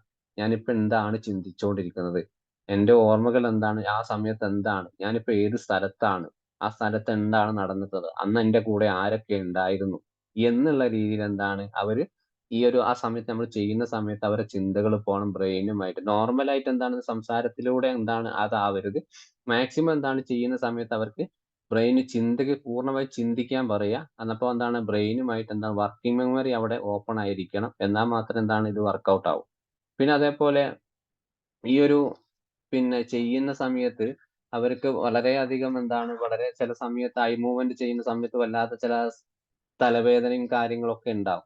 അപ്പൊ ആ സമയത്ത് എന്താണ് ഈ ഒരു ബ്രെയിൻ എന്താണ് പുതിയതായിട്ട് നമ്മൾ എന്താണ് ചിന്തകളിലേക്ക് പുതിയ കാര്യങ്ങൾ കൊണ്ടുവരാൻ നമ്മള് അവരെന്താണ് പറയുക. പിന്നീട് എന്താണ് അവരോട് പറയാ ആ സമയത്ത് ഒരു ബ്രീത്തിങ് എക്സർസൈസ് എടുപ്പിക്കുന്നു. കാരണം വല്ലാത്ത ഇറിറ്റേറ്റഡ് ആവുന്നു. ഈ കണ്ണങ്ങനൊക്കെ പോകുമ്പോൾ അവർക്ക് ശാരീരികമായിട്ടും മാനസികമായിട്ടൊക്കെ ബുദ്ധിമുട്ടുണ്ടാവും. ആ സമയത്ത് എന്താണ് ഈ പറഞ്ഞിട്ടുള്ള ആ ഒരു ബ്രെയിനിൽ കിടക്കുന്ന ട്രോമ പുറത്തേക്ക് വരാൻ സാധ്യതയില്ല. അപ്പോ അവിടെ എന്താണ് അവിടെ പാനിക് ആവാതെ നല്ലൊരു റിലാക്സേഷൻ എക്സർസൈസ് കൊടുത്തിട്ട് അവർക്ക് എന്താണ് ആ ഒരു ഓറിയന്റഡ് റെസ്പോൺസിനെ നമ്മൾ എന്താണ് ആ ഒരു EMDR അവിടെ കണ്ടിന്യൂ ചെയ്തിട്ട് അവരോട് നല്ലൊരു കുറച്ച് നേരം നല്ല കാമായിട്ട് ഇരിക്കാൻ പറയുക. എന്നിട്ട് പിന്നെ അത് റീകണ്ടിന്യൂ ചെയ്യുക എന്നുള്ളതാണ്. പിന്നെ ഈ ഒരു ഇതിന് നമ്മൾ പ്രധാനമായിട്ടും ഈ ഒരു തെറാപ്പി കൊടുക്കുന്ന സമയത്ത് വളരെയധികം ചെയ്യേണ്ടത് പല രീതിയിൽ നമുക്ക് എന്താ ടെക്നിക്കലായിട്ട് നമുക്ക് ഉപയോഗിക്കാം. ഒരുപാട് ടൂൾസും കാര്യങ്ങളും ഇതിനില്ല. അപ്പൊ ഇതില് പ്രധാനമായിട്ട് നമ്മൾ ശ്രദ്ധിക്കേണ്ട ചില കാര്യങ്ങള് ഒന്നുള്ളത് നേരത്തെ പറഞ്ഞിട്ടുള്ള നമ്മളെ ഇമേജും അതേപോലെ ആ കാര്യങ്ങളൊക്കെ തന്നെ. അയാളെ മുമ്പ് കഴിഞ്ഞിട്ടുള്ള പാസ്റ്റ് ആയിട്ട് കഴിഞ്ഞിട്ടുള്ള കാര്യങ്ങൾ എന്തൊക്കെയാണ്? അയാള് എന്തിനാണ് ഇപ്പൊ ഈ ഒരു EMDR നമ്മൾ ചെയ്യാൻ ഉദ്ദേശിക്കുന്നത്? എന്ത് ഓർമ്മകൾ പുറത്തേക്ക് ഇറക്കാനാണ്? അതേപോലെ ചിലപ്പോ കുട്ടിക്കാലത്തുള്ള കാര്യങ്ങളാണോ? അല്ലെങ്കിൽ ഒരു ആക്സിഡന്റ് മൂലം ഉണ്ടായിട്ടുള്ളതാണോ? അല്ലെങ്കിൽ മറ്റു തരത്തിൽ ഏതെങ്കിലും ഇൻസിഡൻസ് അയാളുടെ ലൈഫിൽ നടന്നിട്ടുള്ളത് അതൊരു ഓർമ്മയായിട്ട് പുറത്തെടുക്കാൻ വേണ്ടിയിട്ടുള്ളതാണോ നമ്മൾ വ്യക്തമായിട്ട് എന്താണ് ഒരു ക്ലിനിക്കൽ ലെവലിൽ തന്നെ നമ്മൾ അന്വേഷിക്കണം. പിന്നെ അതേപോലെ എന്താണ് പ്രസന്റില് ഇപ്പൊ നിലവിൽ അയാൾക്ക് എന്തൊക്കെ ട്രിഗറുകളാണ് മനസ്സിൽ നടന്നുകൊണ്ടിരിക്കുന്നത്? അല്ലെങ്കിൽ എന്താണ് ഡെയിലി ലൈഫിന് ഏതൊക്കെ രീതിയിലാണ് ഈ ഒരു ട്രോമ എത്രത്തോളം ബുദ്ധിമുട്ടാകുന്നത്? ആദ്യം നമ്മൾ പറഞ്ഞു പാസ്റ്റ് എക്സ്പീരിയൻസ്, മുമ്പ് കഴിഞ്ഞിട്ടുള്ള എന്തൊക്കെ അനുഭവങ്ങളാണ് അയാളുടെ ലൈഫിൽ നടന്നിട്ടുള്ളത്. ആ ലൈഫ് കാരണം അല്ലെങ്കിൽ ആ ഒരു റീസൺ കാരണം ഇപ്പൊ പ്രസന്റ് സിറ്റുവേഷനിൽ എന്തൊക്കെ ട്രിഗറുകളാണ് ഓരോ ദിവസവും ഓരോ നിമിഷങ്ങളും അയാളുടെ മനസ്സിൽ ഡിസ്റ്റർബൻസ് ആയിട്ട് വന്നിട്ട് എല്ലാ രീതിയിലും ബാധിക്കുന്നത്. പിന്നെ എന്താണ് അതേപോലെ തന്നെയാണ് ഈ ഒരു പ്രസന്റ് ടെംപ്ലേറ്റ് പോസിറ്റീവ് ടെംപ്ലേറ്റിലേക്ക് വരുമ്പോൾ എന്താണ് ഫ്യൂച്ചറാണ്. ഫ്യൂച്ചറിനെ കുറിച്ചിട്ട് എന്താണ് അവരെന്താണ് അവിടെ ചെയ്യാൻ ഉദ്ദേശിക്കുന്നത്? എന്താണ് ആഗ്രഹിക്കാത്തത്? ഏറ്റവും ഡിപ്രസീവ് ആയിട്ടുള്ള ഒരാളാണെങ്കിൽ ഫ്യൂച്ചറിനെ പറ്റി ഒന്നും ശ്രദ്ധിക്കാൻ താല്പര്യം ഉണ്ടാവില്ല അവർക്ക്. എന്തോ അവിടെ നമ്മൾ എന്താണ് ഒരു റീപ്രോസസിങ് എന്നുള്ള രീതിയിൽ കഴിഞ്ഞു പോയിട്ടുള്ള കാര്യങ്ങളൊക്കെ വീണ്ടും നമ്മൾ ഓർമ്മപ്പെടുത്തിയിട്ട് അവരുമായിട്ട് ഒരു ആത്മവിശ്വാസം കോൺഫിഡൻസ് ലെവല് അവരുമായിട്ട് സംസാരിക്കുക. ഫ്യൂച്ചറിനെ പറ്റി കൂടുതലായി സംസാരിക്കുക. ജീവിതത്തിൽ നേടാനുള്ള നേട്ടങ്ങളെ കുറിച്ച് അവരോട് പറയുക. പഴയ ഓർമ്മകളൊക്കെ എന്താണ് അത് ഈ EMDR മൂലം എന്താണ് അവർ തിരിച്ചറിയുകയാണ്. റിയാലിറ്റിയുമായി കണക്ട് ചെയ്യണം. എന്താണ് അന്ന് സംഭവിച്ചിട്ടുള്ളത്? അന്ന് ഞാൻ എത്രത്തോളം ശാരീരികമായും മാനസികമായിട്ടും ബുദ്ധിമുട്ട് അനുഭവിച്ചിട്ടുണ്ട് എന്നുള്ളത് വ്യക്തമായിട്ട് അറിയുക. അതിനുശേഷം എന്താണ് 3 കാര്യങ്ങൾ, ഒന്ന് past and present and future. ഇതിൽ ഫ്യൂച്ചർക്ക് വരുന്നത് എന്താണ് അവരെ പോസിറ്റീവ് ആയിട്ടുള്ള കാര്യങ്ങൾ മാത്രം, പുതുതായിട്ട് കാര്യങ്ങൾ അവരെ മെമ്മറിയിലേക്ക് നമ്മൾ അടിച്ചേൽപ്പിക്കുക എന്നുള്ളതാണ്. അതാണ് ഈ ഒരു തെറാപ്പിയിൽ പ്രോസസ്സിംഗ് ആവുന്നത്. പിന്നെ ഇതില് ഈ ഒരു തെറാപ്പി നടക്കുമ്പോൾ 8 ഫേസസ് ആയിട്ടാണ് നടക്കുന്നത്. ഈ ഒരു സ്ട്രെച്ചേർഡ് നമ്മൾ നടക്കുന്ന സമയത്ത് ഐ മൂവ്മെന്റ് ഡീസെന്റേഷൻ നടക്കുന്ന സമയത്ത് വളരെ സേഫ്റ്റി ആയിട്ടൊരു പ്ലേസ് ആയിരിക്കണം. വളരെ ഡെപ്തോട് കൂടി ആയിരിക്കണം. ഹീലിംഗ് ചെയ്യുന്ന സമയത്ത് വളരെയധികം അതിന് എക്സ്പേർട്ട് ആയിട്ടുള്ള ഒരാളായിരിക്കണം. അല്ലാതെ നമ്മളിപ്പോ ഇത് കേട്ടിട്ട് അല്ലെങ്കിൽ എവിടുന്നോ പഠിച്ചിട്ട് ആ ഒരു തെറാപ്പിയിലേക്ക് കൊണ്ട് പോയി കഴിഞ്ഞാൽ നമുക്ക് ചിലപ്പോൾ പല ബുദ്ധിമുട്ടും നമുക്ക് ഉണ്ടാവും. ചിലപ്പോൾ ആ ക്ലയന്റിനെ കൺട്രോൾ ചെയ്യാൻ പറ്റാത്തൊരവസ്ഥയ്ക്ക് നമുക്ക് പോകാനുള്ള സാധ്യതകളുണ്ട്. കാരണം നമ്മുടെ അവിടെ ഹീലിംഗ് ചെയ്യാണ്. കാരണം ഒരു അബ്യൂസ് നടന്നിട്ടുള്ള ഒരു കുട്ടിയെ നമ്മൾ ഹീൽ ചെയ്യുന്ന സമയത്ത് വന്ന സമയത്ത് നമ്മൾ എന്തുകൊണ്ടാണ് പ്രസന്റ് മെന്റൽ എക്സാമിനേഷൻ നോക്കുന്നത്? നമ്മുടെ മുമ്പിൽ ഇരിക്കുമ്പോൾ ആ കുട്ടിയുടെ മനസ്സിൽ ഈ ഒരു മെന്റൽ സ്റ്റാറ്റസ് എന്താണ്? ടോട്ടലി മെന്റൽ സ്റ്റാറ്റസ് അല്ല, നമ്മുടെ മുമ്പിൽ ഇരിക്കുമ്പോൾ ആ കുട്ടി എങ്ങനെയാണ്, ആ ക്ലയന്റിനെ എങ്ങനെയാണ് കൊണ്ടുവന്നിട്ടുള്ളത്? കുട്ടി നല്ല ചിരിച്ചോണ്ടാണോ അല്ലെങ്കിൽ നല്ല ഒരു ഹാപ്പി ആണോ എന്നുള്ളത് അത് നോക്കി ശേഷം ഇപ്പൊ സങ്കടത്തോടെ വന്നിട്ടുള്ളത് അത് നോക്കാം. പക്ഷെ എന്താണ് സ്റ്റാറ്റസ് നോക്കിയതിനു ശേഷം നമ്മൾ ഈ ഹീലിംഗ് അങ്ങ് തുടങ്ങി കഴിഞ്ഞാല് കുട്ടി വല്ലാതെ വൈകാരികമായിട്ട് പ്രയാസങ്ങൾ വരാനുള്ള സാധ്യതകൾ അവിടെ ഉണ്ട്. ഹീൽ ചെയ്യുന്നവർക്കറിയാം. കാരണം ഓരോ സിറ്റുവേഷനും നമ്മൾ ഓരോ പഴയ കാര്യങ്ങൾ ചോദിക്കുന്ന സമയത്ത് അവിടെ എന്താണ് സംഭവിച്ചത്, അന്ന് എങ്ങനെയാണ്, എവിടെയാണ് സ്പർശിച്ചിട്ടുള്ളത്, ആരാണ് ഉപദ്രവിച്ചിട്ടുള്ളത്, ആ സമയത്ത് കൂടെ ആരെങ്കിലും ഉണ്ടായിരുന്നോ, പേടിച്ചു പോയിരുന്നോ, ഇങ്ങനത്തെ കാര്യങ്ങളൊക്കെ ഓരോന്നെടുത്ത് നമ്മൾ കുട്ടിയോട് ചോദിക്കുന്ന സമയത്ത് കുട്ടി ആ കാര്യം വീണ്ടും ഓർക്കുകയാണ്. അപ്പൊ അത് വൈകാരികമായി പല പ്രശ്നങ്ങളുണ്ടാകും. അപ്പൊ ഈ ഒരു സാഹചര്യം വരുമ്പോ അവിടെ താൽക്കാലികമായിട്ട് ഹീലിംഗ് സ്റ്റോപ്പ് ചെയ്യുക എന്നുള്ളതാണ് നമുക്ക് പ്രധാനമായി ചെയ്യേണ്ടത്. ആ സ്റ്റോപ്പ് ചെയ്തതിനു ശേഷം കുട്ടിക്ക് നല്ലൊരു സേഫ്റ്റി ആവുന്ന ഒരു സേഫ്റ്റി പ്ലേസിലാണ് അല്ലെങ്കിൽ ഡെപ്ത് ആയിട്ട് സംസാരിക്കാൻ പറ്റിയ ഒരു ഇടത്തിലാണ്. അതേപോലെ ഇനി ഒരു ഇൻസിഡന്റ് സംഭവിക്കില്ല ലൈഫിൽ എന്നൊക്കെ നമുക്ക് നല്ല രീതിയിൽ ഒരു റാപ്പ് ബിൽഡപ്പ് ഉണ്ടാക്കിയ ശേഷം വീണ്ടുമാണ് ആ ഒരു പ്രോസസ്സിംഗിൽ നമ്മൾ പോകും. ഇങ്ങനെയാണ് ഒരു ഹീലിംഗ് നടക്കേണ്ടത്. അപ്പൊ ഇതേപോലെയാണ് EMDRും ഹീലിംഗ് എന്ന് പറയുമ്പോൾ ഒരു പ്രോസസ്സിംഗ് തന്നെയാണ്. അപ്പൊ അതില് 8 ഫേസ് വെച്ചിട്ടാണ് നമ്മൾ കാര്യങ്ങൾ നോക്കുന്നത്. എന്തൊക്കെയാണ് അതിൽ ശ്രദ്ധിക്കേണ്ടത്? ഇപ്പോൾ ഇതിൽ പ്രധാനമായിട്ടും ഒന്നാമത്തത് ഹിസ്റ്ററി ആൻഡ് ട്രീറ്റ്മെന്റ് പ്ലാനിംഗ് എന്ന്. ഹിസ്റ്ററി ആൻഡ് ട്രീറ്റ്മെന്റ് പ്ലാനിംഗ് എന്ന് പറയുമ്പോൾ പൂർണ്ണമായിട്ടും ക്ലയന്റിന്റെ ജീവചരിത്രം നമ്മൾ എടുക്കുക എന്നുള്ളതാണ്. എന്താണ് ശരിക്കും ആ ക്ലയന്റിന്റെ ജീവിതത്തിൽ നടന്നിട്ടുള്ളത്, അതേപോലെ ആ ജീവിതത്തിൽ അനുഭവിച്ചിട്ടുള്ള പ്രശ്നങ്ങൾ എന്തൊക്കെയാണ്, അയാൾ ഇപ്പോൾ നിലവിൽ എന്തൊക്കെയാണ് അനുഭവിച്ചുകൊണ്ടിരിക്കുന്നത്, ഇപ്പൊ നിലവിൽ അയാളുടെ ബാക്ക്ഗ്രൗണ്ട് എന്തൊക്കെയാണ്, അതൊക്കെ നമ്മൾ പൂർണ്ണമായിട്ടും ഈ ഒരു ഹിസ്റ്ററി എന്ന് പറഞ്ഞിട്ടുള്ള അതിൽ പൂർണ്ണമായിട്ട് അതിന്റെ ഡീറ്റെയിൽസ് എടുക്കുക. പിന്നെ ഒരു ട്രീറ്റ്മെന്റ് പ്ലാനിലേക്കാണ് പിന്നെ നമ്മൾ പോകുന്നത്. എന്താണ് അയാൾക്ക് EMDR എത്ര തവണ നമുക്ക് ഇപ്പോൾ പരീക്ഷിക്കാം, അല്ലെങ്കിൽ എത്ര ദിവസം കൊണ്ട് ചെയ്യിപ്പിക്കാം, പിന്നെ അതിന്റെ കൂടെ നമുക്ക് എന്തൊക്കെ ഇതിന്റെ CBTയോ അല്ലെങ്കിൽ DBTയോ RBT എന്ത് വേണമെങ്കിൽ അതിന്റെ കൂടെ നമുക്ക് ഏതൊക്കെ കൊടുക്കാം എന്നുള്ളത് നമുക്ക് ചെയ്യാം. കാരണം നിങ്ങളൊരു എടുക്കുന്ന ഹിസ്റ്ററി പൂർണ്ണമായിട്ടും ക്ലിയർ ആണെങ്കിൽ ഏകദേശം നമുക്ക് അതിന്റെ ട്രീറ്റ്മെന്റ് പ്ലാനും കറക്റ്റ് ആയിട്ട് കിട്ടും. അതേ സമയത്ത് കുറച്ച് കാര്യങ്ങൾ മാത്രം നമ്മൾ അന്വേഷിച്ചിട്ട് പകുതിയൊന്നും കൂടുതലായിട്ടൊന്നും നമ്മൾ അന്വേഷിച്ച് പോയിട്ടില്ല എങ്കിൽ അവിടെ നമുക്ക് പണി പാളും. അന്നപ്പം അവിടെ റിസൾട്ട് ഉണ്ടാവാൻ സാധ്യതയില്ല. പിന്നെ അതേപോലെ പ്രിപ്പറേഷൻ എന്ന് പറയുമ്പോൾ ഈ ഒരു EMDR ഐ മൂവ്മെന്റ് ഡീസെൻറ്റൈസേഷൻ റീപ്രോസസിംഗ് എന്ന് പറയുന്ന കാര്യം എന്താണെന്നുള്ള വിശദമായിട്ട് നമ്മൾ ക്ലയന്റിനോട് പറഞ്ഞ് മനസ്സിലാക്കി കൊടുക്കണം. കാരണം ഇതെന്തിനാണ് ഉപയോഗിക്കുന്നത്, ഉപയോഗിച്ചാൽ എന്തൊക്കെയാണ് നിങ്ങളുടെ ലൈഫിൽ മാറ്റങ്ങൾ ഉണ്ടാവുന്നത് എന്ന് വ്യക്തമായിട്ട്, അതുപോലെ ചിലപ്പോൾ ഉപയോഗിക്കുന്ന സമയത്ത് നിങ്ങളുടെ ശരീരത്തിൽ ഇന്ന മാറ്റങ്ങൾ ഉണ്ടാവാം, ചില പ്രയാസങ്ങൾ ഉണ്ടാവും. അതൊക്കെ നമ്മൾ ക്ലയന്റിനെ പറഞ്ഞ് മനസ്സിലാക്കുക. അപ്പൊ അതിന്റെ കൂടെ തന്നെ നല്ലൊരു റാപ്പോ ബിൽഡപ്പോട് കൂടിയാണ് സൈക്കോ എഡ്യൂക്കേഷൻ എന്ന് പറയുന്നത് പോലെ വ്യക്തമായിട്ട് EMDRനെ കുറിച്ച് അവിടെ പറഞ്ഞ് മനസ്സിലാക്കുക എന്നുള്ളതാണ്. പിന്നെ അതേപോലെ ഈ ഒരു പ്രിപ്പറേഷൻ ചെയ്യുന്ന സമയത്ത് ട്രീറ്റ്മെന്റ് ഉപയോഗിക്കുമ്പോൾ വളരെയധികം ചിലപ്പോൾ ആളുകൾക്ക് കോപ്പിംഗ് സ്കില്ലുകൾ ഉണ്ടാവില്ല. അതായത് ഒരുപാട് തെറ്റായിട്ടുള്ള വിശ്വാസം, ഞാൻ ഇങ്ങനെയൊക്കെ പോയാൽ മതി, എന്റെ ലൈഫിൽ ഒരു മാറ്റങ്ങളൊന്നും വേണ്ട. ചിലപ്പോൾ ഫാമിലിയിൽ ആരെങ്കിലും ഒരാൾ ഇയാൾ കൗൺസിലിംഗ് കൊണ്ടുവന്നതായിരിക്കും. അപ്പോ അയാള് ഒന്ന് വിചാരിച്ചിട്ട് ഇങ്ങനെയൊക്കെ എന്റെ ലൈഫ് പോയാൽ മതി എന്നുള്ള ഒരു കോപ്പിംഗ് സ്കില്ല്, അത് അങ്ങനെ പോയി കഴിഞ്ഞാൽ എനിക്ക് വലിയ പ്രശ്നങ്ങളൊന്നുമില്ല, ജോലിക്ക് പോകുന്നു, വരുന്നു, വീട്ടിൽ പോകുന്നു, ആളുകളെ സംസാരിക്കുന്നു, അതേ ഉള്ളൂ. പക്ഷെ മെന്റലി അയാൾ ഒരിക്കലും ഓക്കെ അല്ല. അങ്ങനത്തെ ഒരുപാട് കോപ്പിംഗ് സ്കില്ലുകൾ അയാൾ എടുത്തിട്ടുണ്ട്, അങ്ങനത്തെ ആളുകൾ എടുത്തിട്ടുണ്ട്. അപ്പൊ ആ സമയത്ത് നമുക്ക് കൊടുക്കേണ്ടത് ഏറ്റവും സേഫ് ആയിട്ടുള്ള ഒരു സ്ഥലത്താണ് നിങ്ങൾ എത്തിപ്പെട്ടിട്ടുള്ളത്. അതിനും അത് ബോധ്യമാക്കാൻ വേണ്ടി നമുക്ക് നല്ല രീതിയിൽ സംസാരിക്കുക. പിന്നെ ഇടയ്ക്കിടയ്ക്ക് അവരുടെ ഒരു മെന്റൽ സ്റ്റാറ്റസ് നേരത്തെ പറഞ്ഞതുപോലെ ഇമോഷൻ സിറ്റുവേഷൻ നോക്കുക. പിന്നെ ഗ്രൗണ്ടിങ് ടെക്നിക്കുകൾ ഉപയോഗിക്കുക. ഗ്രൗണ്ടിങ് ടെക്നിക്സ് നിങ്ങൾക്ക് അറിയാമെന്ന് വിചാരിക്കും. 5, 4, 3, 2, 1 എന്ന് പറഞ്ഞിട്ടുള്ള ആ ഒരു ഗ്രൗണ്ടിങ് ടെക്നിക്കൊക്കെ ഉപയോഗിച്ചിട്ട് അതിലേക്ക് നമുക്ക് എന്താണ് പൂർണ്ണമായിട്ട് ഇവരിലേക്ക് കൊണ്ടുപോകുക. അതിനിപ്പോ മൂന്നാമത്തെ ഒരു അസസ്മെന്റിലേക്ക് വരുന്ന സമയത്ത് അസസ്മെന്റിൽ നമ്മൾ തുടക്കത്തിൽ പറഞ്ഞിട്ട ടാർഗറ്റ് ആണ്. ടാർഗറ്റ് എന്ന് പറയുന്നത് നമ്മൾ എന്താണ് ഉദ്ദേശിക്കുന്നത്, എന്ത് മെമ്മറിയെയാണ് പുറത്തേക്ക് കൊണ്ടുവരാൻ ഉദ്ദേശിക്കുന്നത്, അല്ലെങ്കിൽ എന്താണ് എന്ത് വിശ്വാസങ്ങളെയാണ്, പ്രത്യേകിച്ച് പേഴ്സണാലിറ്റി ഡിസോർഡർ ഒക്കെ ഉള്ള ആളുകൾ ഒരു NPD ആണ് നിങ്ങളെ മുമ്പിൽ വന്ന് ചിലപ്പോൾ കുറെ വർഷങ്ങൾക്ക് ശേഷം കൗൺസിലിംഗ് സഹകരിച്ച് നിങ്ങളെ മുമ്പിൽ വന്ന് എന്ന് വിചാരിക്കുക. അപ്പോൾ അവിടെ നമ്മൾ എന്താണ് അയാളെ ഉപയോഗിച്ച് കോർ ബിലീഫ്സുകളായും അയാൾ ഉള്ളിൽ കിടക്കുന്ന ഒരുപാട് അന്ധവിശ്വാസങ്ങളെയാണ് നമ്മൾ പുറത്തിറങ്ങേണ്ടത്. അപ്പോൾ അതേപോലെ എന്താണ് പിന്നെ അതേപോലെ അവരനുഭവിക്കുന്ന ആ സമയത്ത് അനുഭവിക്കുന്ന വികാരങ്ങൾ ചിലപ്പോൾ വളരെയധികം വീട്ടിൽ പ്രശ്നങ്ങൾ ഉണ്ടാക്കി കുറെ കാലം പ്രശ്നങ്ങളൊക്കെ ഉണ്ടാക്കിയ ആള് കുറച്ചു കാലത്താകുമ്പോൾ ഒരു ചെറിയൊരു നേരിയ മാറ്റം തോന്നുകയാണ്. ഇനി കുറച്ചൊന്ന് നന്നാവണം, ചില മാറ്റങ്ങൾ അങ്ങനെ ചില തോന്നലുണ്ടായ ചില ആളുകൾ കൗൺസിലിൽ വരുന്ന സമയത്ത് അവരെന്താണ് വളരെയധികം വയലന്റ് ആവാനുള്ള സാധ്യതകളുണ്ട്.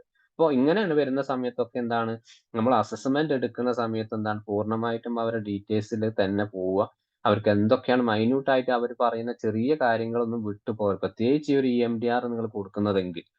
ഇനിയിപ്പോ ഡീസെൻറ്റൈസേഷൻ എന്ന് പറയുമ്പോൾ പിന്നെ അവിടെ റീകോൾ ചെയ്യാൻ വേണ്ടി നമ്മൾ ഉപയോഗിക്കുന്നതാണ് നമ്മുടെ ഐ ചലനങ്ങൾ. അതായത് കണ്ണിന്റെ മൂവ്മെന്റ് എന്ന് പറയുമ്പോൾ ഇപ്പോ നിങ്ങൾ ചിലപ്പോ നിങ്ങളൊരു തെറാപ്പിസ്റ്റ് ഒരു പുരുഷനാണ്, ജെൻസ് ആണെങ്കിൽ ചിലപ്പോൾ ഇപ്പം ആ പെണ്ണിന്റെ അല്ലെങ്കിൽ ലേഡി ആണ് വന്നിട്ടുണ്ടെങ്കിൽ ക്ലയന്റ് ലേഡി ആണ്. ചിലപ്പോൾ നിങ്ങൾക്ക് കൈ കൊണ്ട് തട്ടാനൊന്നും ആയിക്കണമെന്നില്ല. അപ്പൊ എന്താണ് വേണമെങ്കിൽ നിങ്ങൾക്ക് ഒരു കൈ ഇങ്ങനെ നേരെ നമ്മളെ ഈ ഒരു മൂക്കിന്റെ നേരെ വെച്ചിട്ട് കൈ അങ്ങോട്ടും ഇങ്ങോട്ടും ഇങ്ങനെ കൈ ഇങ്ങനെ പതിയെ പതിയെ ആദ്യം ഇങ്ങനെ പോകും.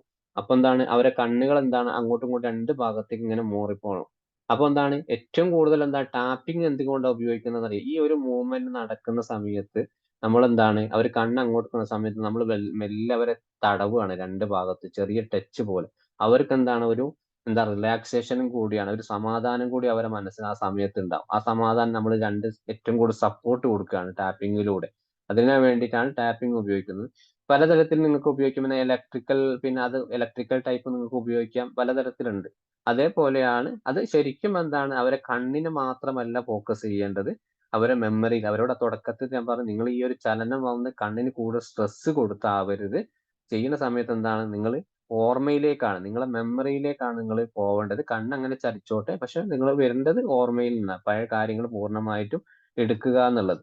ഇനിയിപ്പോ ഇൻസ്റ്റലേഷനിലേക്ക് വരുമ്പോൾ അത് ഇൻസ്റ്റലേഷൻ പറയുന്ന സമയത്ത് അവർക്ക് ഒരുപാട് നെഗറ്റീവ് ആയിട്ടുള്ള വിശ്വാസങ്ങൾ, തെറ്റായിട്ടുള്ള ചിന്തകളൊക്കെ അവരുടെ മനസ്സിലുണ്ടാവും. ആ ചിന്തകൾ എന്താണ് നമ്മൾ തൽക്കാലം ദുർബലമാക്കുക എന്നുള്ളതാണ്. അതായത് അവരോട് പറയുക ഈ ഒരു നെഗറ്റീവ് ആയ ചിന്തകൾ എന്തുകൊണ്ട് നിങ്ങൾക്ക് പോസിറ്റീവായിട്ട് ചിന്തിച്ചുകൂടാ. അതായത് നിങ്ങളെ ലൈഫിൽ ഇങ്ങനെയൊക്കെ സംഭവിച്ചിട്ടുണ്ടെങ്കിൽ അല്ലെങ്കിൽ തൽക്കാലം അത് ഒഴിവാക്കി നിങ്ങൾക്ക് നല്ലൊരു ജീവിതത്തിൽ നിങ്ങൾക്ക് എന്തുകൊണ്ട് പോയിക്കൂടാ എന്നിങ്ങനെയുള്ള കാര്യങ്ങൾ അവരോട് പറയാം. ഒരു കോൺഫിഡൻസ് ലെവൽ ഉണ്ടാക്കുന്നതാണ് ഇൻസ്റ്റലേഷൻ പ്രോഗ്രസീവ് എന്ന് പറയും. ഇനിയിപ്പോ ഫൈനലായിട്ട് നോക്കുമ്പോൾ ഒരു ബോഡി സ്കാനാണ്. ബോഡി സ്കാനിങ് എന്ന് പറയുന്നത് അവരുടെ ശരീരത്തിൽ സ്ട്രെസ് കണ്ടുപിടിക്കാൻ വേണ്ടി നമ്മൾ ശരീരത്തിന്റെ ഓരോ ഭാഗവും നമ്മൾ കാലിന്റെ സാധാരണ ബോഡി സ്കാൻ ചെയ്യുന്നത് കാലിന്റെ തള്ളവിരൽ മുതൽ, പക്ഷെ EMDR ചെയ്യുന്നത് തലച്ചോറ് മുതലാണ്. അതായത് തല മുതലാണ് നമ്മൾ സ്റ്റാർട്ട് ചെയ്യുക. കാരണം അവിടെയാണ് പ്രധാനമായിട്ടും ഈ ഒരു ട്രോമ റിലേറ്റഡ് ആയിട്ടുള്ള കാര്യങ്ങൾക്ക് അവിടെ നിന്നാണ് ഓർമ്മകൾ വരിക. എന്നിട്ട് തലച്ചോറിൽ നിന്ന് നമ്മൾ തുടങ്ങിയിട്ട് അവിടെ തുടങ്ങുന്ന സമയത്ത് അവരെ ഒന്ന് റിലാക്സ് ചെയ്യിപ്പിക്കും, ഒരു ബ്രീത്തിങ് ഒക്കെ എടുപ്പിച്ചിട്ട് അതിനുശേഷം മെല്ലെ അവരോട് പതിയെ നമ്മൾ അവരോട് ചോദിക്കുക സെൽഫായിട്ട്, അല്ലെങ്കിൽ പതിയെ അവരോട് എമ്പതറ്റിക് അല്ലേ, എപ്പോ നിങ്ങളുടെ മനസ്സിൽ എന്താണ് ഒരു പേടിപ്പെടുത്തുന്ന ഒരു സംഭവം അല്ലെങ്കിൽ ഇമേജ് അല്ലെങ്കിൽ ഒരാള് എന്തൊക്കെയാണ് നിങ്ങളുടെ മനസ്സിലുള്ളത് എന്നുള്ളത്. അപ്പൊ അവര് അതിനെങ്ങനെയാണ് റെസ്പോൺസ് ചെയ്യുന്നത്. ചിലപ്പോൾ ഒരു ഞെട്ടലായിരിക്കാം, അല്ലെങ്കിൽ ഇപ്പൊ ആ പറഞ്ഞ ആള് ഉപദ്രവിച്ച ആള് ചിലപ്പോൾ ഓർക്കുന്ന സമയത്ത് ചിലപ്പോൾ അയാള് ചിലപ്പോൾ ഈ കുട്ടിയാണെങ്കിൽ ഒരു ഞെട്ടലോട് ചിലപ്പോൾ ഓർമ്മകൾ മാറി അവിടെ സ്റ്റോപ്പ് ചെയ്യാനുള്ള സാധ്യതകളുണ്ട്. അപ്പൊ അവിടെ നമ്മൾ ആ കുട്ടീനെ ഒന്ന് പൂർണ്ണമായിട്ട് ഒരു കാമായിട്ട് ഇരിപ്പിക്കാനുള്ള ചിലപ്പോൾ ആ പാരന്റ് വന്നിട്ടുണ്ടെങ്കിൽ പാരന്റിനെ ഒന്ന് അടുത്തിരിപ്പിക്കുക. ഇതൊക്കെ ചെയ്തു കഴിഞ്ഞാൽ ആ ഹീലിംഗ് നമുക്ക് പുറത്തേക്ക് കിട്ടും. പിന്നെ ഈ ചെയ്യുന്ന സമയത്ത് പിന്നെ നമ്മൾ ഈ ഒരു ചെയ്യുന്ന സമയത്ത് അവരുടെ തലയിൽ നമ്മൾ ഈ പ്രത്യേകിച്ചും ഈ ഒരു ബോഡി സ്കാൻ ചെയ്യുന്ന സമയത്ത് തലയിലൊക്കെ വേണമെങ്കിൽ അവർക്ക് തലയിൽ തുടങ്ങുന്ന സമയത്ത് തലയിൽ ഇങ്ങനെ കൈയൊക്കെ വെച്ച് കൊടുത്ത് മെല്ലെ അത് ജെൻഡർ ബേസ് ആണ്, അല്ലെങ്കിൽ കൂടെ ഉള്ള ഒരാളെ കൊണ്ട് നമുക്ക് ചെയ്തു കൊടുക്കാം. പിന്നെ കഴുത്ത്, ചുമല്, ഇങ്ങനെ ആ ഓരോ രീതിയിൽ എന്താണ് അവരെ ഓരോന്ന് ഇങ്ങനെ അവരിങ്ങനെ ആലോചിക്കും. കൂടുതൽ സ്ട്രെസ് കൊടുക്കാതെ അവിടെ എന്ത് വികാരമാണ് എന്നുള്ളത് അതിന് വേണ്ടിയിട്ടല്ല. ശരീരത്തിലെ ഓരോ പാർട്സും അവർക്ക് തിരിച്ചറിയാൻ വേണ്ടിയിട്ടാണ്. അവിടെ വേദന ഉണ്ടോ അല്ലെങ്കിൽ എന്താണ് ആ ഒരു ഫീലിംഗ് കിട്ടുന്നു അതിന് വേണ്ടിയിട്ടല്ല. ശരീരത്തിന് ഇങ്ങനെ ഒരു പാർട്സ് ഉണ്ട് അതിന് തിരിച്ചറിയാൻ വേണ്ടിയിട്ടാണ് നമ്മൾ ഈ പറഞ്ഞിട്ടുള്ള ബോഡി സ്കാനിലേക്ക് പൂർണ്ണമായിട്ടും അവരെ കൊണ്ടുപോകണം. പിന്നെ അതേപോലെ ഇവർക്ക് ചിലപ്പോൾ ആ സമയത്ത് നമ്മൾ ഓരോ പാർട്സിലേക്ക് പോകുന്ന സമയത്ത് ചിലപ്പോൾ ടെൻഷൻ കൂടും. പിന്നെ അതേപോലെ അവർക്ക് എന്താണ് ചില ഭാഗത്ത് പെയിൻ ഉള്ളതായിട്ട് തോന്നും. അപ്പൊ ആ പെയിൻ ഉള്ള സമയത്ത് എന്താണ് അവിടെ സ്റ്റോപ്പ് ചെയ്യുക. അപ്പൊ കാലിലേക്ക് എത്തി എന്ന് കാലിന് മുട്ടിന്റെ ആ ഒരു ഗ്യാപ്പിലേക്ക് എത്തിയ സമയത്ത് അവർക്ക് കാല് വേദന തോന്നുകയാണ്. അവിടേക്ക് സ്കാൻ ചെയ്ത സമയത്ത് എനിക്ക് ഇവിടെ വേദന ഉണ്ട് എന്ന് പറയാം. അപ്പൊ തൽക്കാലം തിരിച്ചു വേണ്ടത് അതേ പ്രോസസ്സിങ്ങിലേക്ക് വരിക. കാരണം ആ ഒരു ഇമോഷന്റെ ഫീലിങ്സ് നമുക്ക് അവിടെ വേണ്ട. അപ്പൊ ചെയ്യുന്ന സമയത്ത് എന്താണ് വീണ്ടും തലയിലേക്ക് തന്നെ വരിക. ഓരോന്ന് പതിയെ പതിയെ വീണ്ടും അതിലേക്ക് വരും. ഈ വികാരം അവർക്ക് എവിടെ എപ്പോഴാണ് പെയിൻ ഇല്ലാത്തത് അതേപോലെ എന്താണ് 2 3 തവണ ചെയ്യിപ്പിക്കേണ്ടി വരും ഒരു ബോഡി സ്കാനിങ്. ആ രീതിയിലാണ് നമ്മൾ കൊണ്ടുപോകേണ്ടത്. ഇനിയിപ്പോ ഫൈനലി ആയിട്ട് നോക്കുമ്പോ ക്ലോസർ ആണ്. ക്ലോസർ എന്ന പറയൂ. സോ ഇത് ചെയ്യുമ്പോ നമ്മൾ അവരുടെ ഐസ് ക്ലോസ് ചെയ്തിട്ടാണോ അല്ലെങ്കിൽ എങ്ങനെ അത് ഐസ് ക്ലോസ് ചെയ്യണമെന്ന് എങ്ങനെ ഐസോ ബോഡി കണ്ണുകളോ? ചെയ്യുമ്പോ ബോഡി സ്കാൻ ചെയ്യുന്ന സമയത്ത് അത് വേണമെന്നില്ല. ഇനിയിപ്പോ അവര് ചെയ്യാൻ താല്പര്യം ഉണ്ടെങ്കിൽ അങ്ങനെയും ചെയ്യിപ്പിക്കാം. ബോഡി സ്കാനിങ് എന്ന് പറയുന്നത് നമ്മൾ നോർമൽ ആയിട്ട് പിന്നെ ഞാൻ നേരത്തെ പറഞ്ഞില്ലേ നോർമൽ ആയിട്ട് ഒരു ബോഡി സ്കാനിങ് എന്ന് പറയുന്നത് നമുക്ക് വീട്ടിൽ ഇവരെ കൊണ്ട് പറഞ്ഞേൽപ്പിക്കുമ്പോൾ ചെയ്യിപ്പിക്കേണ്ടതാണ്. ഈ ഒരു EMDRന്റെ കൂടെ അല്ലാതെ അത് ചിലപ്പോൾ തള്ളവിരൽ മുതൽ എന്താണ് തല അടിഭാഗത്ത് നിന്നാണ് തുടങ്ങുക. പക്ഷെ EMDR എന്ന് പറയുന്നത് നമ്മൾ ക്ലിനിക്കിൽ വെച്ച് ചെയ്യിപ്പിക്കുന്നതാണ് ബോഡി സ്കാനിങ്. ഈ ഒരു ബോഡി അത് തുടങ്ങുന്നത് തലയിൽ നിന്നാണ്. അപ്പൊ എന്താണ് വീട്ടിൽ നിന്ന് ഇപ്പൊ സ്വയമായിട്ട് നമുക്കൊക്കെ ചെയ്യാം. കണ്ണുകൾ അടിച്ചിട്ട് നല്ലൊരു സ്ഥലത്ത് പോയി ഇരിക്കുക.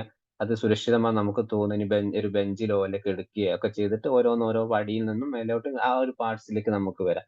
അതേ സമയത്ത് EMDR ഐ മൂവ്മെന്റ് ഡീസെൻട്രേഷൻ തെറാപ്പിയിലേക്ക് വരുന്ന സമയത്ത് തലയിൽ നിന്നാണ് തുടങ്ങുക.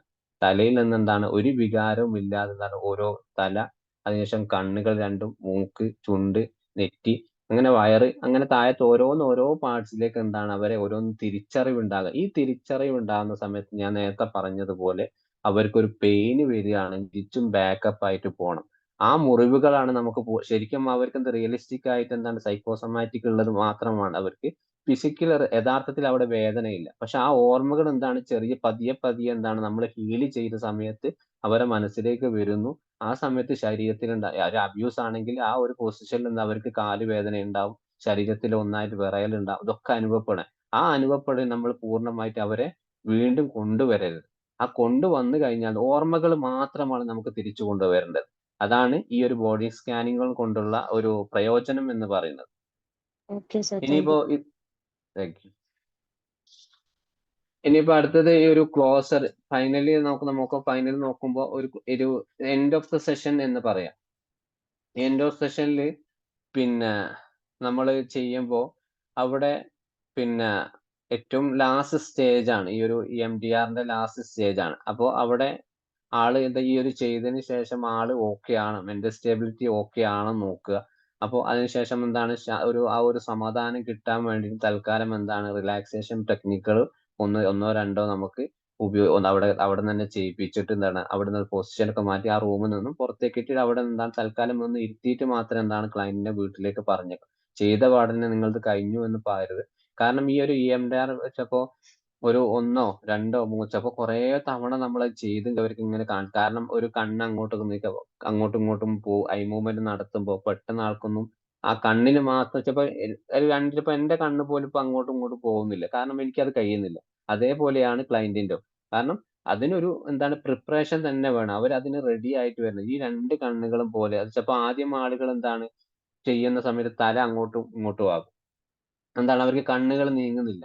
അപ്പൊ എന്താണ് ഈ കണ്ണുകൾ നീക്കണമെങ്കിൽ എന്താണ് ശരിക്കും യഥാർത്ഥത്തിൽ അവരുടെ ട്രോമയിലേക്ക് അല്ലെങ്കിൽ ഓർമ്മകളിലേക്ക് ആ സംഭവങ്ങളിലേക്ക് അവരുടെ ബ്രെയിൻ എന്താണ് പൂർണ്ണമായിട്ട് പോയാൽ മാത്രമാണ് ഈ ഒരു കണ്ണ് എന്താണ് ഓട്ടോമാറ്റിക് ആയിട്ട് അങ്ങോട്ടും ഇങ്ങോട്ടും പോവാനുള്ള സാധ്യതകളുള്ളൂ. അപ്പൊ എന്താണ് അതിനാണ് നമ്മൾ ആദ്യം പറഞ്ഞത് എന്താണ് നിങ്ങൾക്ക് പ്രധാനമായിട്ട് ഒരു പ്രശ്നം ഉണ്ടാക്കുന്ന ഒരു ഓർമ്മ സംഭവങ്ങൾ നമ്മൾ തിരിച്ചറിഞ്ഞിട്ട് ആ തിരിച്ചറിവിന് അവർക്ക് പറഞ്ഞു കൊടുക്കുക. നിങ്ങൾ അതിലേക്കാണ് നിങ്ങൾ പോവേണ്ടത്. ആ ഓർമ്മകളാണ് നിങ്ങൾ പൂർണ്ണമായിട്ടും പുറത്തേക്ക് കൊണ്ടുവരേണ്ടത് എന്ന് നമ്മൾ പറഞ്ഞു മനസ്സിലാക്കേണ്ടത്. അപ്പൊ എന്താണ് ഈ ഒരു ഫൈനൽ സ്റ്റേജിൽ എത്തുമ്പോൾ ആ ഓർമ്മകൾ അവർക്ക് കിട്ടിക്കഴിഞ്ഞാൽ എന്താണ് അവർ കൂളായിട്ട് നമ്മളോട് സംസാരിക്കും. എനിക്ക് വല്ലാതെ സമാധാനം കിട്ടുന്നുണ്ട്, ഏകദേശം ഞാൻ എനിക്ക് റിയലൈസ് ചെയ്തു അന്ന് എന്താണ് സംഭവിച്ചിട്ടുള്ളത് എന്നുള്ളത്. പിന്നെ ഇത് ചെയ്യുന്ന സമയത്ത് നമ്മൾ നേരത്തെ പറഞ്ഞ ഒരു ഡിമെൻഷ്യ, അൾസൈമർ എന്ന് പറഞ്ഞിട്ടുള്ള കാര്യങ്ങളൊക്കെ വരെ ലൈഫിൽ ഓർമ്മശക്തിയുമായിട്ട് ബന്ധപ്പെട്ടുള്ള കാര്യങ്ങളൊക്കെ പ്രായം കൂടുതലായിട്ടുള്ള ആളുകളൊക്കെ ഉണ്ടാവും, ബാധിച്ചിട്ടുള്ള ആളുകളുണ്ടാവും. അവർക്കൊന്നും ഇത് ചെയ്തിട്ട് ചിലപ്പോൾ കൂടുതൽ എഫക്റ്റീവ് ആവണമെന്നില്ല. പിന്നെ ചില ആളുകൾക്ക് എന്താണ് ഈ ഒരു ട്രോമ കാരണം, PTSD പോലെ ട്രോമ കാരണം ഒരു ഡിമെൻഷ്യ വന്നിട്ടുണ്ടാവും, ഒരു ബ്രെയിൻ ഡാമേജോ അങ്ങനെ എന്തെങ്കിലും പ്രശ്നങ്ങൾ വന്നിട്ടുണ്ടെങ്കിൽ എന്താണ് അവിടെയും എന്താണ് ഇതൊരു സാധ്യത കാണുന്നില്ല, റിസൾട്ട് ഉണ്ടായിക്കൊള്ളണമെന്നില്ല. പക്ഷെ നമ്മൾ റിപ്പീറ്റഡ് ആയിട്ട് ഇങ്ങനെ ചെയ്യുമ്പോൾ എന്താണ് ആ ഒരു മിന്നായം പോലെ അവരെന്താണ് ബ്രെയിനിൽ ചില മാറ്റങ്ങൾ വന്നു തുടങ്ങും. ചിലപ്പോൾ അതൊരു ഹാപ്പിനെസ്, ഒരു ചിരിയായിട്ടായിരിക്കാം, ചിലപ്പോൾ ഒരു കരച്ചിലായിട്ടായിരിക്കാം. പക്ഷെ എന്താണ് നമ്മൾ മാക്സിമം ട്രൈ ചെയ്യുക എന്നുള്ളതാണ്. പിന്നെ അതേപോലെ റീവാലുവേഷൻ എന്ന് പറയുന്ന സമയത്ത് നമ്മൾ എന്താണ് ഒരു തവണ ഒരു സെഷൻ കഴിഞ്ഞു, 1 2 3 തവണ നമ്മൾ ചെയ്തു. അപ്പൊ അടുത്ത സെഷന് വരുന്ന സമയത്ത് എന്താണ് ആ ഒരു പിന്നെ നമ്മൾ കമ്പാരിസൺ ചെയ്യണം. അതായത് മുമ്പ് നിങ്ങൾക്ക് ഈ ഒരു സെഷന് വരുന്ന സമയത്ത് എങ്ങനെയായിരുന്നു ഫീലിങ്സ്, എങ്ങനെയായിരുന്നു കഴിഞ്ഞ സെഷന് വന്നപ്പോ, എങ്ങനെയാണ് നിങ്ങൾക്ക് പിന്നെ മുൻ സെഷനിലുള്ള എക്സ്പീരിയൻസ് എന്താണ്, എന്തെങ്കിലും പിന്നെ ആ സമയത്ത് കൂടുതൽ ബുദ്ധിമുട്ടുണ്ടായ കാര്യങ്ങൾ എന്തൊക്കെയാണ്, അല്ലെ അതിനുശേഷം നിങ്ങൾക്ക് ചെയ്തതിന് ശേഷം നിങ്ങൾ വീട്ടിലേക്ക് പോയതിനു ശേഷം ഈ ഒരാഴ്ചക്കുള്ളിൽ നിങ്ങൾക്ക് പുതിയ വിഷമങ്ങൾ എന്തൊക്കെയാണ് വന്നിട്ടുള്ളത്, പ്രധാനപ്പെട്ട ബുദ്ധിമുട്ടുകൾ ഏതൊക്കെയാണ് എന്നുള്ളത് റീവാലുവേഷൻ ചെയ്യുന്ന സമയത്ത് നമ്മൾ എന്താണ് അവരോട് ചോദിക്കുക അടുത്ത സെഷന് വരുന്ന സമയത്ത്. പിന്നെ ഇതില് നമുക്ക് ഏറ്റവും കൂടുതൽ കമ്പാരിസൺ മീൻസ് ഒരു ഈ TFT CBT എന്ന് പറയും, ട്രോമ ഫോക്കസ് CBT നിങ്ങൾ പഠിച്ചിട്ടുണ്ടാവും. നമ്മുടെ ഈ ഒരു അക്കാദമി തന്നെ ഞാൻ തന്നെ എടുത്തിട്ടുണ്ട്. അപ്പോ അവിടെ CBT TF trauma focus therapy നമ്മൾ കൊടുക്കുമ്പോൾ EMDRുമായിട്ട് നോക്കുമ്പോൾ ഒരുപാട് വ്യത്യാസങ്ങളുണ്ട്.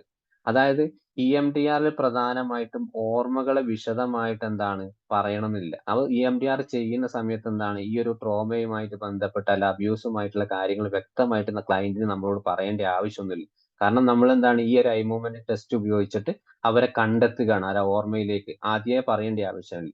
അതേസമയം TFT CBTയിലേക്ക് വരുന്ന സമയത്ത് എന്താണ് നമുക്ക് വ്യക്തമായിട്ട് നമ്മളോട് ക്ലയന്റ് തന്നെ പറയണം എന്താണ് അന്ന് സംഭവിച്ചിട്ടുള്ളത്, പൂർണ്ണമായിട്ടുള്ള ആ ഒരു ഡീറ്റെയിൽസ്, അനുഭവം, എക്സ്പീരിയൻസ് നമ്മളോട് അവർ പറഞ്ഞാൽ മാത്രം എന്താണ് TF CBT അവിടെ വർക്കാവും.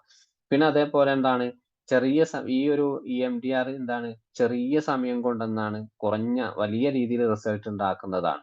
അതേ സമയത്ത് എന്താണ് CBTയിലേക്ക് വരുമ്പോൾ എന്താണ് കുറച്ച് സമയം ദൈർഘ്യമേറും, ആ ഒരു അബ്യൂസിൽ നിന്നും ആ കുട്ടിയുടെ ആളുടെ ചിന്തകളും കാര്യങ്ങളൊക്കെ ഒന്ന് മനസ്സിലാക്കാനും മാറ്റിയെടുക്കാനും സമയമെടുക്കും. പിന്നെ അതേപോലെ ഈ ഒരു ഇതില് നമുക്ക് ഡയറക്റ്റ് ആയിട്ട് തന്നെയാണ് കോർ ബിലീവ്, തെറ്റായിട്ടുള്ള വിശ്വാസങ്ങളൊക്കെ എന്താണ് ഡയറക്റ്റ് ആയിട്ട് തന്നെ നമ്മളെ തന്നെ ചലഞ്ച് ചെയ്യാം. അതേസമയം CBT TF CBTയിലേക്ക് വരുന്നത് നമ്മൾ കോഗ്നിറ്റീവ് റീസ്ട്രക്ചറിങ് ഉപയോഗിച്ചിട്ട് പതിയെ തെറ്റായിട്ടുള്ള ചിന്തകളൊക്കെ ഒന്ന് കണ്ടെത്തിയിട്ട് ആളുകളെ ഒന്ന് മാറ്റിയെടുക്കുക എന്നുള്ളതാണ്.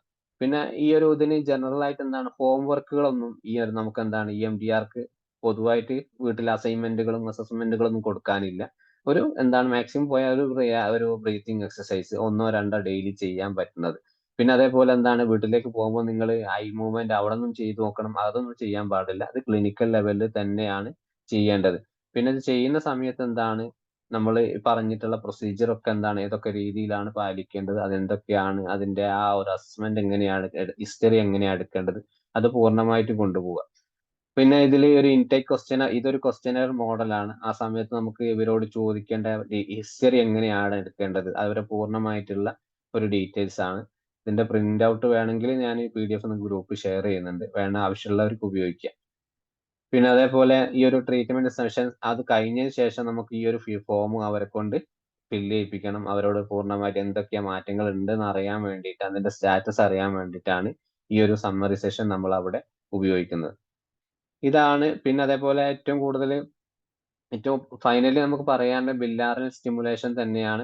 ബിലാറ്ററൽ സ്റ്റിമുലേഷൻ അതായത് ഐ മൂവ്മെന്റും പിന്നെ ഈ പറഞ്ഞിട്ടുള്ള ടാപ്പിങ്ങും. പിന്നെ അഡാപ്റ്റീവ് ഇൻഫോർമേറ്റീവ് പ്രോസസ്സിംഗ്, അതായത് ഉള്ളിൽ കിടക്കുന്ന മെമ്മറിയിൽ കിടക്കുന്ന ഓർമ്മകൾ എന്താണ് ചിലപ്പോ പിന്നെ പെട്ടെന്ന് നമ്മളെപ്പോലുള്ള ആളുകൾക്ക് നോർമലായ ചിന്തകൾ പെട്ടെന്ന് വരും. പക്ഷെ ട്രോമ സംഭവിച്ചുള്ള ആളുകൾക്ക് എന്താണ് ഓർമ്മകളൊന്നും പെട്ടെന്ന് ഓർക്കാൻ കഴിയില്ല, ചിന്തകൾ വർക്കിംഗ് മെമ്മറിയിൽ ഇങ്ങനെ കറങ്ങിക്കൊണ്ടിരിക്കും. ആ ഓർമ്മകൾ പതിയെ നമ്മൾ പുറത്തെടുക്കുക എന്നുള്ളതാണ് ഈ ഒരു പ്രോസസ്സിങ്ങിലൂടെ നടക്കാനുള്ളത്. ഇതാണ് ഏകദേശം EMDR എന്ന് പറയുന്നത്. നിങ്ങൾക്ക് എന്തെങ്കിലും ഒരു ഐഡിയ കിട്ടിയെന്ന് വിചാരിക്കുന്നു. കാരണം ഇതിനൊക്കെ വിശദമായിട്ട് എന്താണ് നമ്മൾ പഠിക്കേണ്ട ഒരു സംഭവം തന്നെയാണ്. ചെറിയൊരു സമയം കൊണ്ട് അത് മനസ്സിലാക്കുക എന്നുള്ളത് ബുദ്ധിമുട്ട് തന്നെയാണ്. എന്തെങ്കിലും മനസ്സിലായിട്ടുണ്ടോ? Sir, ഇതിന് ഹിപ്നോട്ടിസം ബന്ധമുണ്ടോ? ഹിപ്നോട്ടിസം ഇല്ല, EFTയുമായിട്ട് ബന്ധമുണ്ട്.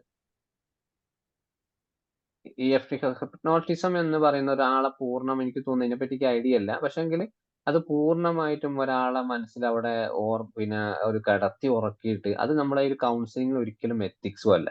കാരണം അയാളെ പൂർണ്ണമായിട്ട് ഒരു അൺകോൺഷ്യസ് മൈൻഡിലേക്ക് കൊണ്ടുപോയിട്ട് അയാളെന്താണ് അയാളെ ഉള്ളിൽ കിടക്കുന്ന കാര്യങ്ങളൊക്കെ പുറത്ത് പറഞ്ഞ് ചിലപ്പോൾ അയാൾക്ക് പറയാൻ ഉദ്ദേശിക്കാത്ത കാര്യങ്ങളൊക്കെ ആണെങ്കിലോ, അതൊക്കെ അല്ലേ ഹിപ്നോട്ടിസത്തിൽ നടക്കുന്നത്. അതേസമയം അപ്പൊ അത് അപ്പോ അതെന്താണ്, നമുക്കൊരിക്കലും നമ്മൾ സാധാരണ ഒരു കൺസൾട്ടന്റ്, കൗൺസിലർ, ഒരു തെറാപ്പിസ്റ്റ് എന്ന് പറയുമ്പോൾ നമുക്കൊന്നും ഒരിക്കലും അത് അംഗീകരിക്കാൻ പറ്റും. അപ്പൊ ആ ലെവലിൽ എന്താണ്, നമ്മൾ ഒരിക്കലും നിങ്ങൾ കൗൺസിലർ ആവുന്ന വർക്ക് ചെയ്യുമ്പോൾ എന്താണ് അതിലേക്ക് ഒരിക്കലും ഹിപ്നോട്ടിസം കൊണ്ടുവരാതിരിക്കുക. ഹിപ്നോട്ടിസം ആവശ്യമുള്ള അത് പ്രൊഫഷണൽ ആയിട്ട് മറ്റൊരു രീതി. പക്ഷെ ഒരു കൗൺസിലിംഗിലേക്ക് എന്താണ് ഇത് കൊണ്ടുവരുമ്പോൾ നമുക്കെന്താണ് അവിടെ നമുക്കൊരു വില ഇല്ലാണ്ട്. കാരണം ഒരു ക്ലയന്റ് നമ്മുടെ മുമ്പിൽ ഒരുപാട് സങ്കടത്തോട് മുമ്പിൽ പറയാൻ വന്ന കാര്യങ്ങൾ നമ്മൾ ഹിപ്നോട്ടിസം ഇത് കണ്ടുപിടിക്കുകയാണ്. എന്നിട്ട് നമ്മൾ അങ്ങോട്ട് പറയാണ്. എന്നിട്ട് അവിടെ എന്താ റിസൾട്ട് ഉണ്ടാവുക? ഒരു റിസൾട്ടും ഉണ്ടാവില്ല. ആ ക്ലയന്റ് അതേപോലെ എന്താണ് ഇയാൾ എന്തോ പഠിച്ച് എന്റെ ഉള്ളു മൊത്തം കീഴടക്കിയിട്ടുണ്ട്. ചിലപ്പോൾ സക്സസ് ആയിട്ട് കുറെ കേസുകൾ ഉണ്ടാവും. ആള് മാറിക്കൊടുക്കും. ഹിപ്നോട്ടിസം കൊണ്ട് ഒരുപാട് ആള് മാറിയിട്ടുമുണ്ട്. പക്ഷെ ഏറ്റവും അത് ഒരു പോസിറ്റീവ് വേയിൽ നമ്മൾ ചിന്തിക്കുമ്പോൾ എന്താണ് നമുക്ക് എന്നെപ്പോലുള്ള ആളെ അംഗീകരിക്കുന്നില്ല. ഞാൻ പഠിച്ചിട്ടുമില്ല. അതുകൊണ്ട് പിന്നെ പൂർണ്ണമായിട്ടൊരു എനിക്കറിയില്ല ഹിപ്നോട്ടിസം എങ്ങനെ. കേട്ടറിവും വായിച്ചറിവും മാത്രമാണത്. സാർ എനിക്കും അറിയില്ല. ഞാൻ പിന്നെ ഇതിലേക്ക് കൊണ്ടുപോകുന്ന ഐ മൂവ്മെന്റ് കൊണ്ടുകൊണ്ട് ചിലപ്പോൾ അവര് മെമ്മറിയിലേക്ക് പോകുന്നതുകൊണ്ട് ചോദിച്ചു. ഐ മൂവ്മെന്റ് എന്ന് പറയുന്നത് അതൊരു ഹിപ്നോട്ടിസം അല്ല. കാരണം അവര് പ്രസന്റ് മൊമെന്റിൽ നമ്മളെ മുമ്പിൽ ജീവിക്കുന്നുണ്ട്, നമ്മളെ മുമ്പിൽ നിൽക്കുന്നുണ്ട്. അവരെന്താണ് നമ്മൾ ഈ ഒരു ചോദിക്കുന്ന സമയത്ത്, ഈ ഒരു ഐ മൂവ്മെന്റ് നടക്കുന്ന സമയത്ത് നമ്മൾ കൗൺസിലിംഗിൽ കമ്മ്യൂണിക്കേഷൻ ഏതൊക്കെ രീതിയിൽ എമ്പതറ്റിക്കൽ അവരോട് സംസാരിക്കുന്നു, ആ സംസാരിക്കുന്ന അതേപോലെ അവരോട് എന്താണ് സംസാരിക്കുന്നത്. നമ്മൾ ഒരു ഭാഗത്ത് നിന്ന് തെറാപ്പിസ്റ്റ് അവരെ ഫ്രണ്ടിൽ നമ്മൾ ഇരിക്കുകയാണ്. അപ്പോൾ ഓരോന്നിങ്ങനെ കൈകൊണ്ട് നിങ്ങൾ ആക്കുകയാണെങ്കിൽ, അങ്ങോട്ടും ഇങ്ങോട്ടും ആക്കുകയാണെങ്കിൽ അവർ ഓരോ സമയത്ത് എന്താണ് ഓർമ്മകളിലേക്ക് ചോദ്യങ്ങളായിട്ട് നമ്മൾ കൊടുക്കുന്നുണ്ട്. അതാണ് ഈ ചോദ്യങ്ങൾ എങ്ങനെ ചോദിക്കും, നമുക്ക് ഇയാൾക്ക് എന്താണ് സംഭവിച്ചത് പറ്റി യാതൊരു ഐഡിയ, ചെറിയൊരു ഐഡിയ അവർ പറഞ്ഞിട്ടുണ്ടാവും. പക്ഷെ എന്താണ് ഈ ഒരു ഐഡിയ വെച്ചിട്ടാണ് നമ്മൾ എന്താണ് അവരുടെ മനസ്സിലേക്ക് പൂർണ്ണമായിട്ട് നമ്മൾ ഇറങ്ങുന്നത്. അത് അന്നാണ് അങ്ങനെ സംഭവിച്ചത്, എവിടെ നിന്നാണ് സംഭവിച്ചത്, അന്ന് നിങ്ങൾ എന്താണ് അനുഭവിച്ചത്, അന്ന് നിങ്ങളെ കൂടെ ആരുണ്ടായിരുന്നു, ആരെങ്കിലും കണ്ടിരുന്നോ, അല്ലെങ്കിൽ ഒറ്റപ്പെട്ടു പോയോ എന്നിങ്ങനെയുള്ള നിരന്തരമായിട്ടുള്ള ഓരോ ചോദ്യങ്ങൾ എന്താണ് ഈ ഒരു ഐ മൂവ്മെന്റ് ചെയ്യുന്ന സമയത്ത്. കാരണം എന്താണ് ഇങ്ങനെ പോകുന്നു അങ്ങനെ വരുന്നു, ആ ഒരു പാറ്റേൺ ഇങ്ങനെ പോകണം. കാരണം എന്താണ് അവർക്ക് ചിന്തകൾ എന്താണ് ഒരു ചിന്ത വന്നു, അടുത്ത സ്പോട്ടിൽ ഒരുപാട് ചിന്തകൾ വരും. അപ്പൊ അതേപോലെ എന്താണ് നമ്മളെ കൈ മൂവ്മെന്റ് അങ്ങോട്ടും ഇങ്ങോട്ടും നടക്കുന്ന സമയത്ത് അവർക്ക് എന്താണ് ചിന്തകൾ എന്താണ് ശരിക്കുള്ള ബുദ്ധിമുട്ടായിട്ടുള്ള ആദ്യം എന്താണ് ചെയ്യുന്ന സ്റ്റാർട്ടിങ്ങിൽ എന്താണ് ഇപ്പോ ഞാനിത് പറഞ്ഞാല് പിന്നെ വേറെ എന്തെങ്കിലും ബുദ്ധിമുട്ടുണ്ടാവോ, അല്ലെങ്കിൽ എന്താണ് ഞാൻ പൂർണ്ണമായിട്ട് മറ്റൊരു പ്രയാസത്തിലേക്ക് പോവോ എന്നുള്ള ചിന്തകളൊക്കെ ഉണ്ടാവും. പക്ഷെ എന്താണ് ഇത് സ്റ്റാർട്ട് കഴിഞ്ഞ് കുറച്ചങ്ങോട്ട് കഴിയുന്ന സമയത്ത് എന്താണ് ആള് പൂർണ്ണമായിട്ട് എന്താണ് ആ ഒരു ഓർമ്മകൾ കണ്ടെത്തി അയാൾ തന്നെ തിരിച്ചറിഞ്ഞിട്ട് അന്ന് ഇതൊക്കെ സംഭവിച്ചത് നമ്മളോട് പറയും. അത് അവരെ കൊണ്ട് തന്നെ നമ്മൾ ക്ലയന്റിന് ഇത് ഐ മൂവ്മെന്റ് ചെയ്യിപ്പിച്ചാണ് പറയുന്നത്, അല്ലാണ്ട് അഡ്വാൻസ് ആയിട്ട് കൗൺസിലിംഗ് നടത്തിയിട്ട് പറയിപ്പിക്കല്ല. Thank you sir. Okay, thank you. Sir ഇത് എത്ര ടൈമാണ് ചെയ്യിക്കുക? മീൻസ് ആ ഇതൊരു ഡ്യൂറേഷൻ എങ്ങനെയാ? ഡ്യൂറേഷൻ മീൻസ് ഒരു മാക്സിമം ഒരു 5 to 10 എന്നാണത് കണക്ക്. പക്ഷെങ്കിൽ എന്താണ് നമ്മൾ ആ നേരത്തെ പറഞ്ഞില്ല ഇമോഷൻസ് അയാളെ ഹീലിംഗ് ചെയ്യുന്ന സമയത്ത് അയാൾക്ക് എത്രത്തോളം ബുദ്ധിമുട്ടുണ്ടെങ്കിൽ നമ്മൾ അതിൽ നിന്ന് മാറ്റണം. അയാളെ തൽക്കാലം അവിടെ സ്റ്റോപ്പ് ചെയ്തിട്ട് അയാൾക്കൊന്ന് പുറത്തേക്ക് ആ ഒരു റൂമിൽ നിന്ന് പുറത്തിറങ്ങി ഒന്ന് കാറ്റൊക്കെ കൊണ്ട് ഒരു ബ്രീത്തിങ് എടുപ്പിച്ചിട്ട് എന്താ കുറച്ച് വെള്ളം കൊടുത്ത് തിരിച്ച് എന്താണ് അയാളെ തിരിച്ചു അതിലേക്ക് കൊണ്ടുവരാൻ ആ ഗ്യാപ്പ് കൊടുക്കണം. ആ സമയം നമുക്ക് എന്താണ് കണ്ടിന്യൂസ് ആയിട്ട് അയാൾക്ക് ഇങ്ങനെ പ്രശ്നങ്ങളൊന്നും ഇല്ല, അങ്ങനെയൊക്കെ ഒരു 5 മിനിറ്റ് 10 മിനിറ്റ് വരെ അത് ചെയ്യിപ്പിക്കുക. ഇനി 10 മിനിറ്റ് കഴിഞ്ഞിട്ട് ഒരു 5 മിനിറ്റ് റെസ്റ്റ് എടുത്തിട്ട് പിന്നെയും ഇതിലേക്ക് ഒരു 3 തവണ ഒരു സെഷനിൽ ചെയ്യിപ്പിക്കാം അയാൾക്ക് ക്ലയന്റ് വില്ലിങ് ആണെങ്കിൽ. സാർ ഇത് ആങ്സൈറ്റി ഡിസോർഡേഴ്സ് ഒക്കെ ആവുമ്പല്ലേ ഇപ്പൊ അവർക്ക് ആ അവരാ ആങ്സൈറ്റിയുടെ റീസൺ ആണോ അപ്പൊ നമ്മൾ പറയാൻ വേണ്ടിട്ട് ആ ടൈമില്? അതെ, അവിടെ ഈ ഒരു ആങ്സൈറ്റി ഡിസോർഡറിലേക്ക് വരുന്ന സമയത്ത് അവർക്ക് നമ്മൾ പ്രധാനം നമ്മൾ പറഞ്ഞല്ലോ ഡെയിലി ലൈഫിൽ ബുദ്ധിമുട്ട് ഉണ്ടാക്കുന്ന കാര്യങ്ങളാണ് ശ്രദ്ധിക്കുക ഈ ആങ്സൈറ്റി ഡിസോർഡറിലേക്ക് വരുന്നത്. അപ്പോ ആ. അവിടെ ആങ്സൈറ്റി ഇപ്പൊ ഒരാള് പബ്ലിക് ആയിട്ട് ഒരാൾക്ക് പുറത്ത് ഒരു വീട്ടമ്മയാണെന്ന് വിചാരിക്കുക. അയാൾക്ക് പുറത്തു പോകാൻ പേടിയാണ്, ആളുകളുടെ അടുത്തേക്ക് സംസാരിക്കാൻ പേടി, പല ബുദ്ധിമുട്ടും അയാൾക്കുണ്ട്. അപ്പൊ ഇതിലൊക്കെ പറഞ്ഞ സമയത്ത് അതിൽ ഏറ്റവും പ്രധാനപ്പെട്ട ഒരു ബുദ്ധിമുട്ട് എന്താണ്? എനിക്ക് പുറത്തൊക്കെ ഒറ്റയ്ക്ക് പേടിയാണ്. ആ സമയത്ത് എന്താണ് ഈ ഐ മൂവ്മെന്റ് സമയം നടത്തുന്നത്? നമ്മൾ അവരോട് ചെയ്യുന്നത്, നിങ്ങൾ ഇപ്പൊ ഒറ്റയ്ക്കാണ് പോകുന്നത്, എവിടെയാണ് എത്തി നിൽക്കുന്നത്, നിങ്ങളുടെ മുമ്പിൽ എത്ര ആളുകളുണ്ട്, എപ്പോ നിങ്ങൾ ഏത് ബസ്സിലാണ് പോകുന്നത്, അല്ലെ സ്വന്തമായിട്ട് ഒരു ഓട്ടോറിക്ഷയിലാണ് പോകുന്നത് എന്നിങ്ങനെയുള്ള ചോദ്യങ്ങൾ ഓരോന്നും. കാരണം അവരെ ഇമാജിൻ ചെയ്യിപ്പിക്കുകയാണ് ആ ഓർമ്മകൾ. കാരണം ആങ്സൈറ്റി എന്ന് പറയുന്നത് ഒരു റിയാലിറ്റി അല്ല, അവരെന്തോ സംഭവിക്കാൻ പോകുന്ന പേടിയാണ്. ആ പേടിയിലേക്ക് എന്താണ് നമ്മൾ ഒരു മെമ്മറിയിൽ കൂടെ എന്താണ് യാഥാർത്ഥ്യം ഉണ്ടാക്കുക. അതൊരിക്കലും സത്യമല്ല എന്ന് നമ്മൾ എന്താണ് അവരെ ബോധിപ്പിക്കുകയാണ്. അതേ സമയത്ത് ഒരു ട്രോമ സംഭവിച്ച ഒരാൾക്ക് എങ്ങനെയാ കൊടുക്കുക? അതിന്റെ ഓപ്പോസിറ്റ് ആണ്. ആ ട്രോമ നമ്മൾ പുറത്ത് സംഭവിച്ചിട്ടുള്ള കാര്യമാണ് അത്. ഇതൊരു ആങ്സൈറ്റിയിൽ വരുമ്പോൾ സംഭവിക്കാത്തൊരു കാര്യം, ട്രോമയിലേക്ക് വരുന്നത് സംഭവിച്ച കാര്യം. അത് രണ്ടും വ്യത്യസ്തമാണ്. അതാണ് നമ്മൾ ആ തുടക്കത്തിൽ ആ ഹിസ്റ്ററി എടുക്കുമ്പോൾ തെറാപ്പിസ്റ്റ് എന്ന നിലയിൽ, അല്ലെ കൗൺസിലർ എന്ന നിലയിൽ നമുക്ക് എന്താണ് ഇയാൾ എന്താണ് പുറത്തേക്ക് കൊണ്ടുവരുന്നത്, നമുക്കൊരു ഇത് വേണം, ധാരണ വേണം. ആ ഹിസ്റ്ററി ടാർഗറ്റ് മീൻസ് അതാണ്. എന്താണ് ഈ ക്ലയന്റിന്റെ യഥാർത്ഥത്തിൽ പ്രസന്റ്ലി പ്രോബ്ലം നമ്മളോട് എന്താണ് പറഞ്ഞിട്ടുള്ളത്, അത് റിലേറ്റഡ് ആയിരിക്കണം നമ്മുടെ ഈ ഒരു പ്രോസസ്സിംഗ് നടത്തേണ്ടത്.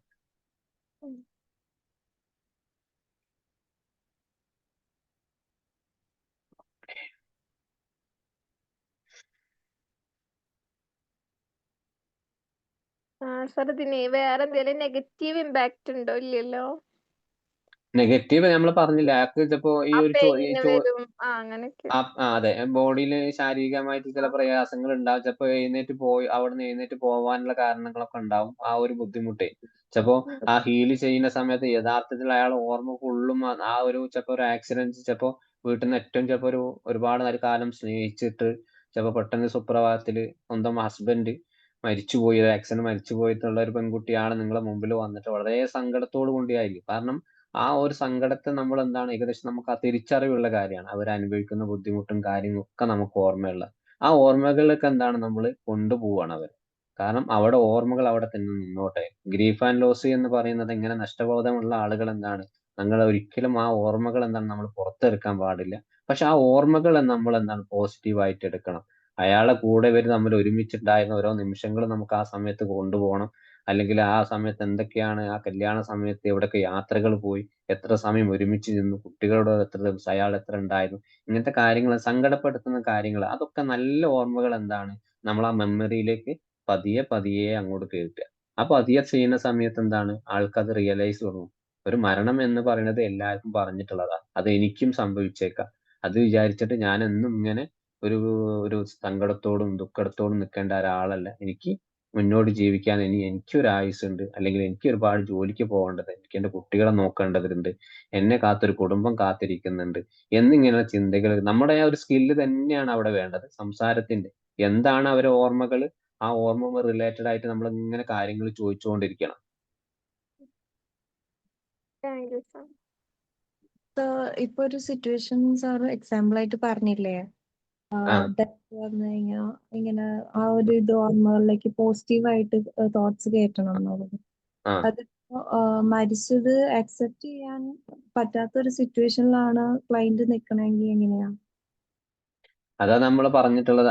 എന്തുകൊണ്ടാണ് അക്സെപ്റ്റ് ചെയ്യാൻ പറ്റാത്ത ആ സിറ്റുവേഷൻ കാരണം എന്താ അറിയോ? അവര് ഒരുമിച്ച് നിന്നിട്ടുള്ള ആ സന്തോഷവും അത് മാത്രം ഓർമ്മയിലുള്ളത് കൊണ്ടാണ്.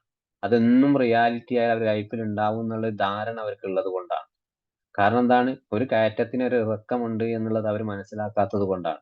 കാരണം എന്താണ്, അവിടെ നമ്മൾ തെറ്റായിട്ടുള്ള ആ ധാരണകൾ, അവിടെ കുറെ കോർ ബിലീഫ്സുകൾ ഉണ്ടാവും, നെഗറ്റീവ് വിശ്വാസങ്ങൾ ഉണ്ടാവും, അതൊക്കെ നമ്മൾ മാറ്റിയെടുക്കണം. ജീവിതം എന്ന് പറയുന്നത് ഇതാണ്.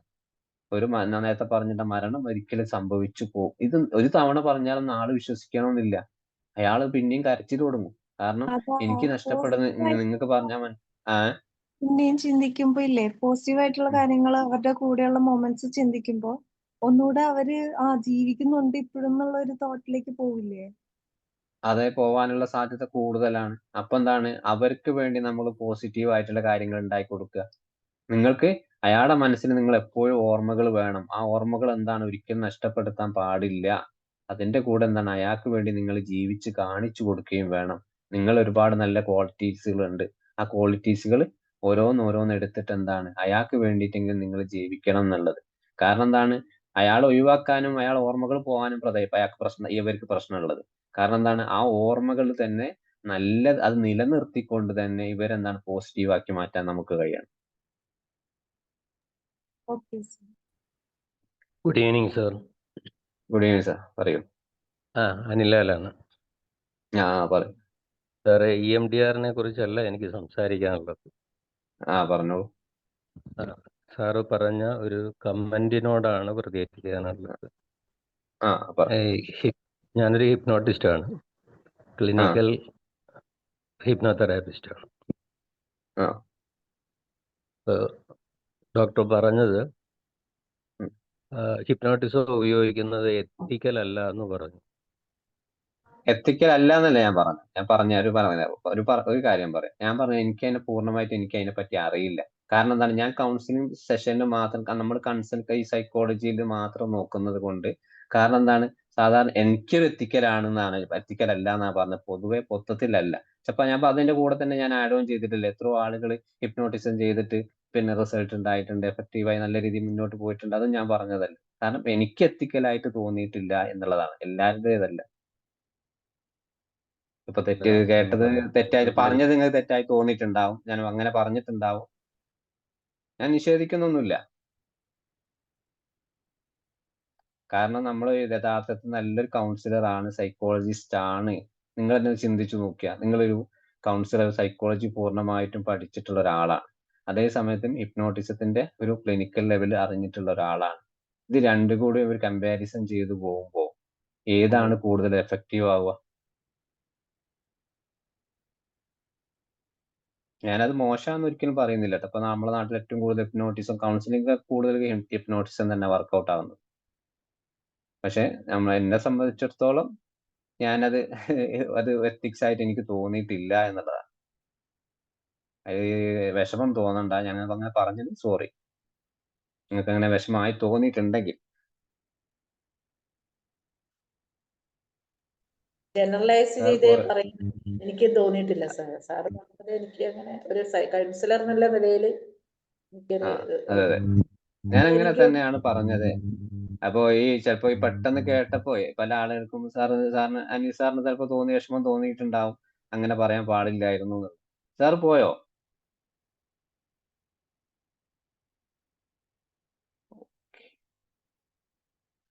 ഓക്കെ, ഞാൻ അങ്ങനെ ഉദ്ദേശിച്ച് പറഞ്ഞതല്ല.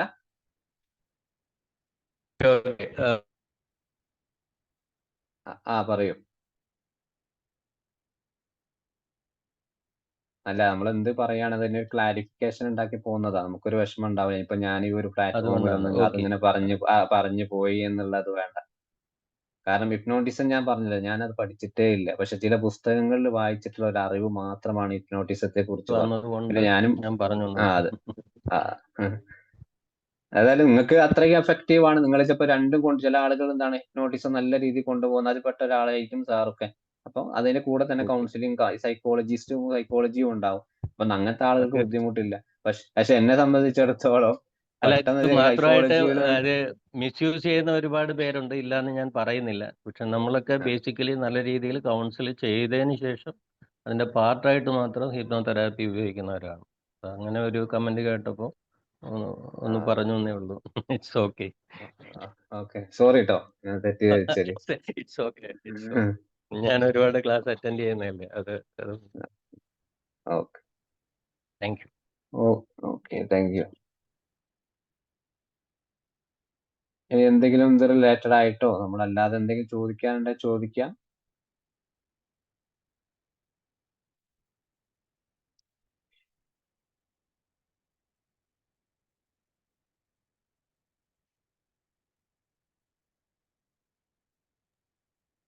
ഓക്കെ അല്ലേ?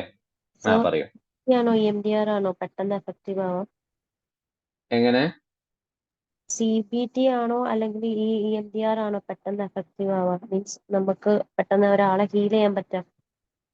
ഹീല് ചെയ്യാൻ നോക്കുന്ന സമയത്ത് നമുക്ക് ഒന്നുകൂടി EMDR തന്നെയാണ്. പക്ഷെങ്കിൽ CBTന്റെ ഒരു TF CBTന്റെ പ്രത്യേകത എന്ന് പറയുന്നത്, അയാളെ യഥാർത്ഥത്തിൽ എല്ലാ പ്രശ്നങ്ങളും നമ്മളോട് എന്താണ് സംഭവമൊക്കെ പറഞ്ഞ ശേഷം വ്യക്തമായിട്ടുള്ള അയാൾക്ക് പറഞ്ഞ് മനസ്സിലാക്കി കൊടുക്കുക. ഈ ഒരു സംഭവം നിങ്ങളുടെ സിറ്റുവേഷൻ സംഭവിച്ചു, ആ സിറ്റുവേഷൻ നിങ്ങൾക്ക് എന്തൊക്കെ തെറ്റായിട്ടുള്ള ധാരണകൾ ഉണ്ടായിരുന്നു, എന്താണ് ആ സമയത്ത് നിങ്ങൾ അനുഭവിച്ചിട്ടുള്ളത്, അതൊക്കെ വ്യക്തമായിട്ട് നമ്മൾ അങ്ങോട്ട് പറഞ്ഞു കൊടുക്കും. അതേ സമയത്ത് EMDR സമയത്ത് തിരിച്ചിങ്ങോട്ട് ഇതൊക്കെ നമ്മളോട് എന്താണ് EMDR മൂലം ക്ലയന്റ് നമ്മളോട് എന്താണ് ഓട്ടോമാറ്റിക് ആയിട്ട് ഓരോന്ന് പറഞ്ഞു തുടങ്ങും നമ്മുടെ ചോദ്യങ്ങൾക്ക് അനുസരിച്ച്. CBT ഒരുപാട് ടൂൾസ് ഉപയോഗിച്ചിട്ടാണ് അതൊക്കെ കണ്ടത്. CR, അതേപോലെ തോട്ട് റെക്കോർഡ്, അങ്ങനത്തെ കാര്യങ്ങളൊക്കെ ഉപയോഗിച്ചിട്ടാണ് ഇതൊക്കെ കണ്ടെത്തുക. പക്ഷെ എന്താണ് EMDR ഇതിന്റെ ആവശ്യങ്ങളൊന്നുമില്ല. കുറച്ച് നോക്കുമ്പോൾ സിമ്പിൾ ആയിട്ട് EMDR തന്നെയാണ് ഏറ്റവും ബെസ്റ്റ്. പക്ഷെ എന്താണ് ഒരു സിറ്റുവേഷൻ സംഭവിച്ചിട്ടുള്ള അത് എങ്ങനെയാണ് എവിടെ നിന്നാണ് ഒക്കെ അറിയണമെങ്കിൽ തന്നെ നമ്മൾ CBT തന്നെ വേണം. രണ്ടും ബെസ്റ്റ് തന്നെയാണ്. പക്ഷെ എന്താണ് ഒരു CBT ചെയ്ത് കഴിഞ്ഞിട്ട് നിങ്ങൾക്ക് ഇന്നർ ഹീലിംഗ് ഈ ഒരു DMDR കൊടുക്കാന്ന് ഇത് പിന്നെ തോന്നുകയാണ്. അതിന്റെ കൂടെ ആഡ് ഓൺ ചെയ്യാം. DBT, ഇമോഷണൽ റെഗുലേഷൻ ടൂൾസ് ഇയാൾക്ക് കൊടുക്കണം തോന്നിക്കഴിഞ്ഞാൽ DBT ഉപയോഗിക്കാം നിങ്ങൾക്ക് അവിടെ. കാരണം അതൊക്കെ ഒരു കൺട്രോൾ ലെവലിൽ വരണല്ലോ. Okay sir, thank you so much.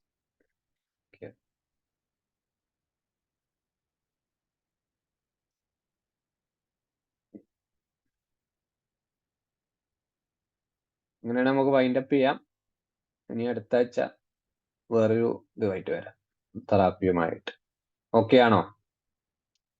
എന്തായാലും ചോദിക്കാണ്ട് ചോദിക്കട്ടെ, സമയമുണ്ട് നമുക്ക്. ഓക്കെ എന്നാൽ okay, thank U, good night. Okay sir, thank U, good night. Night.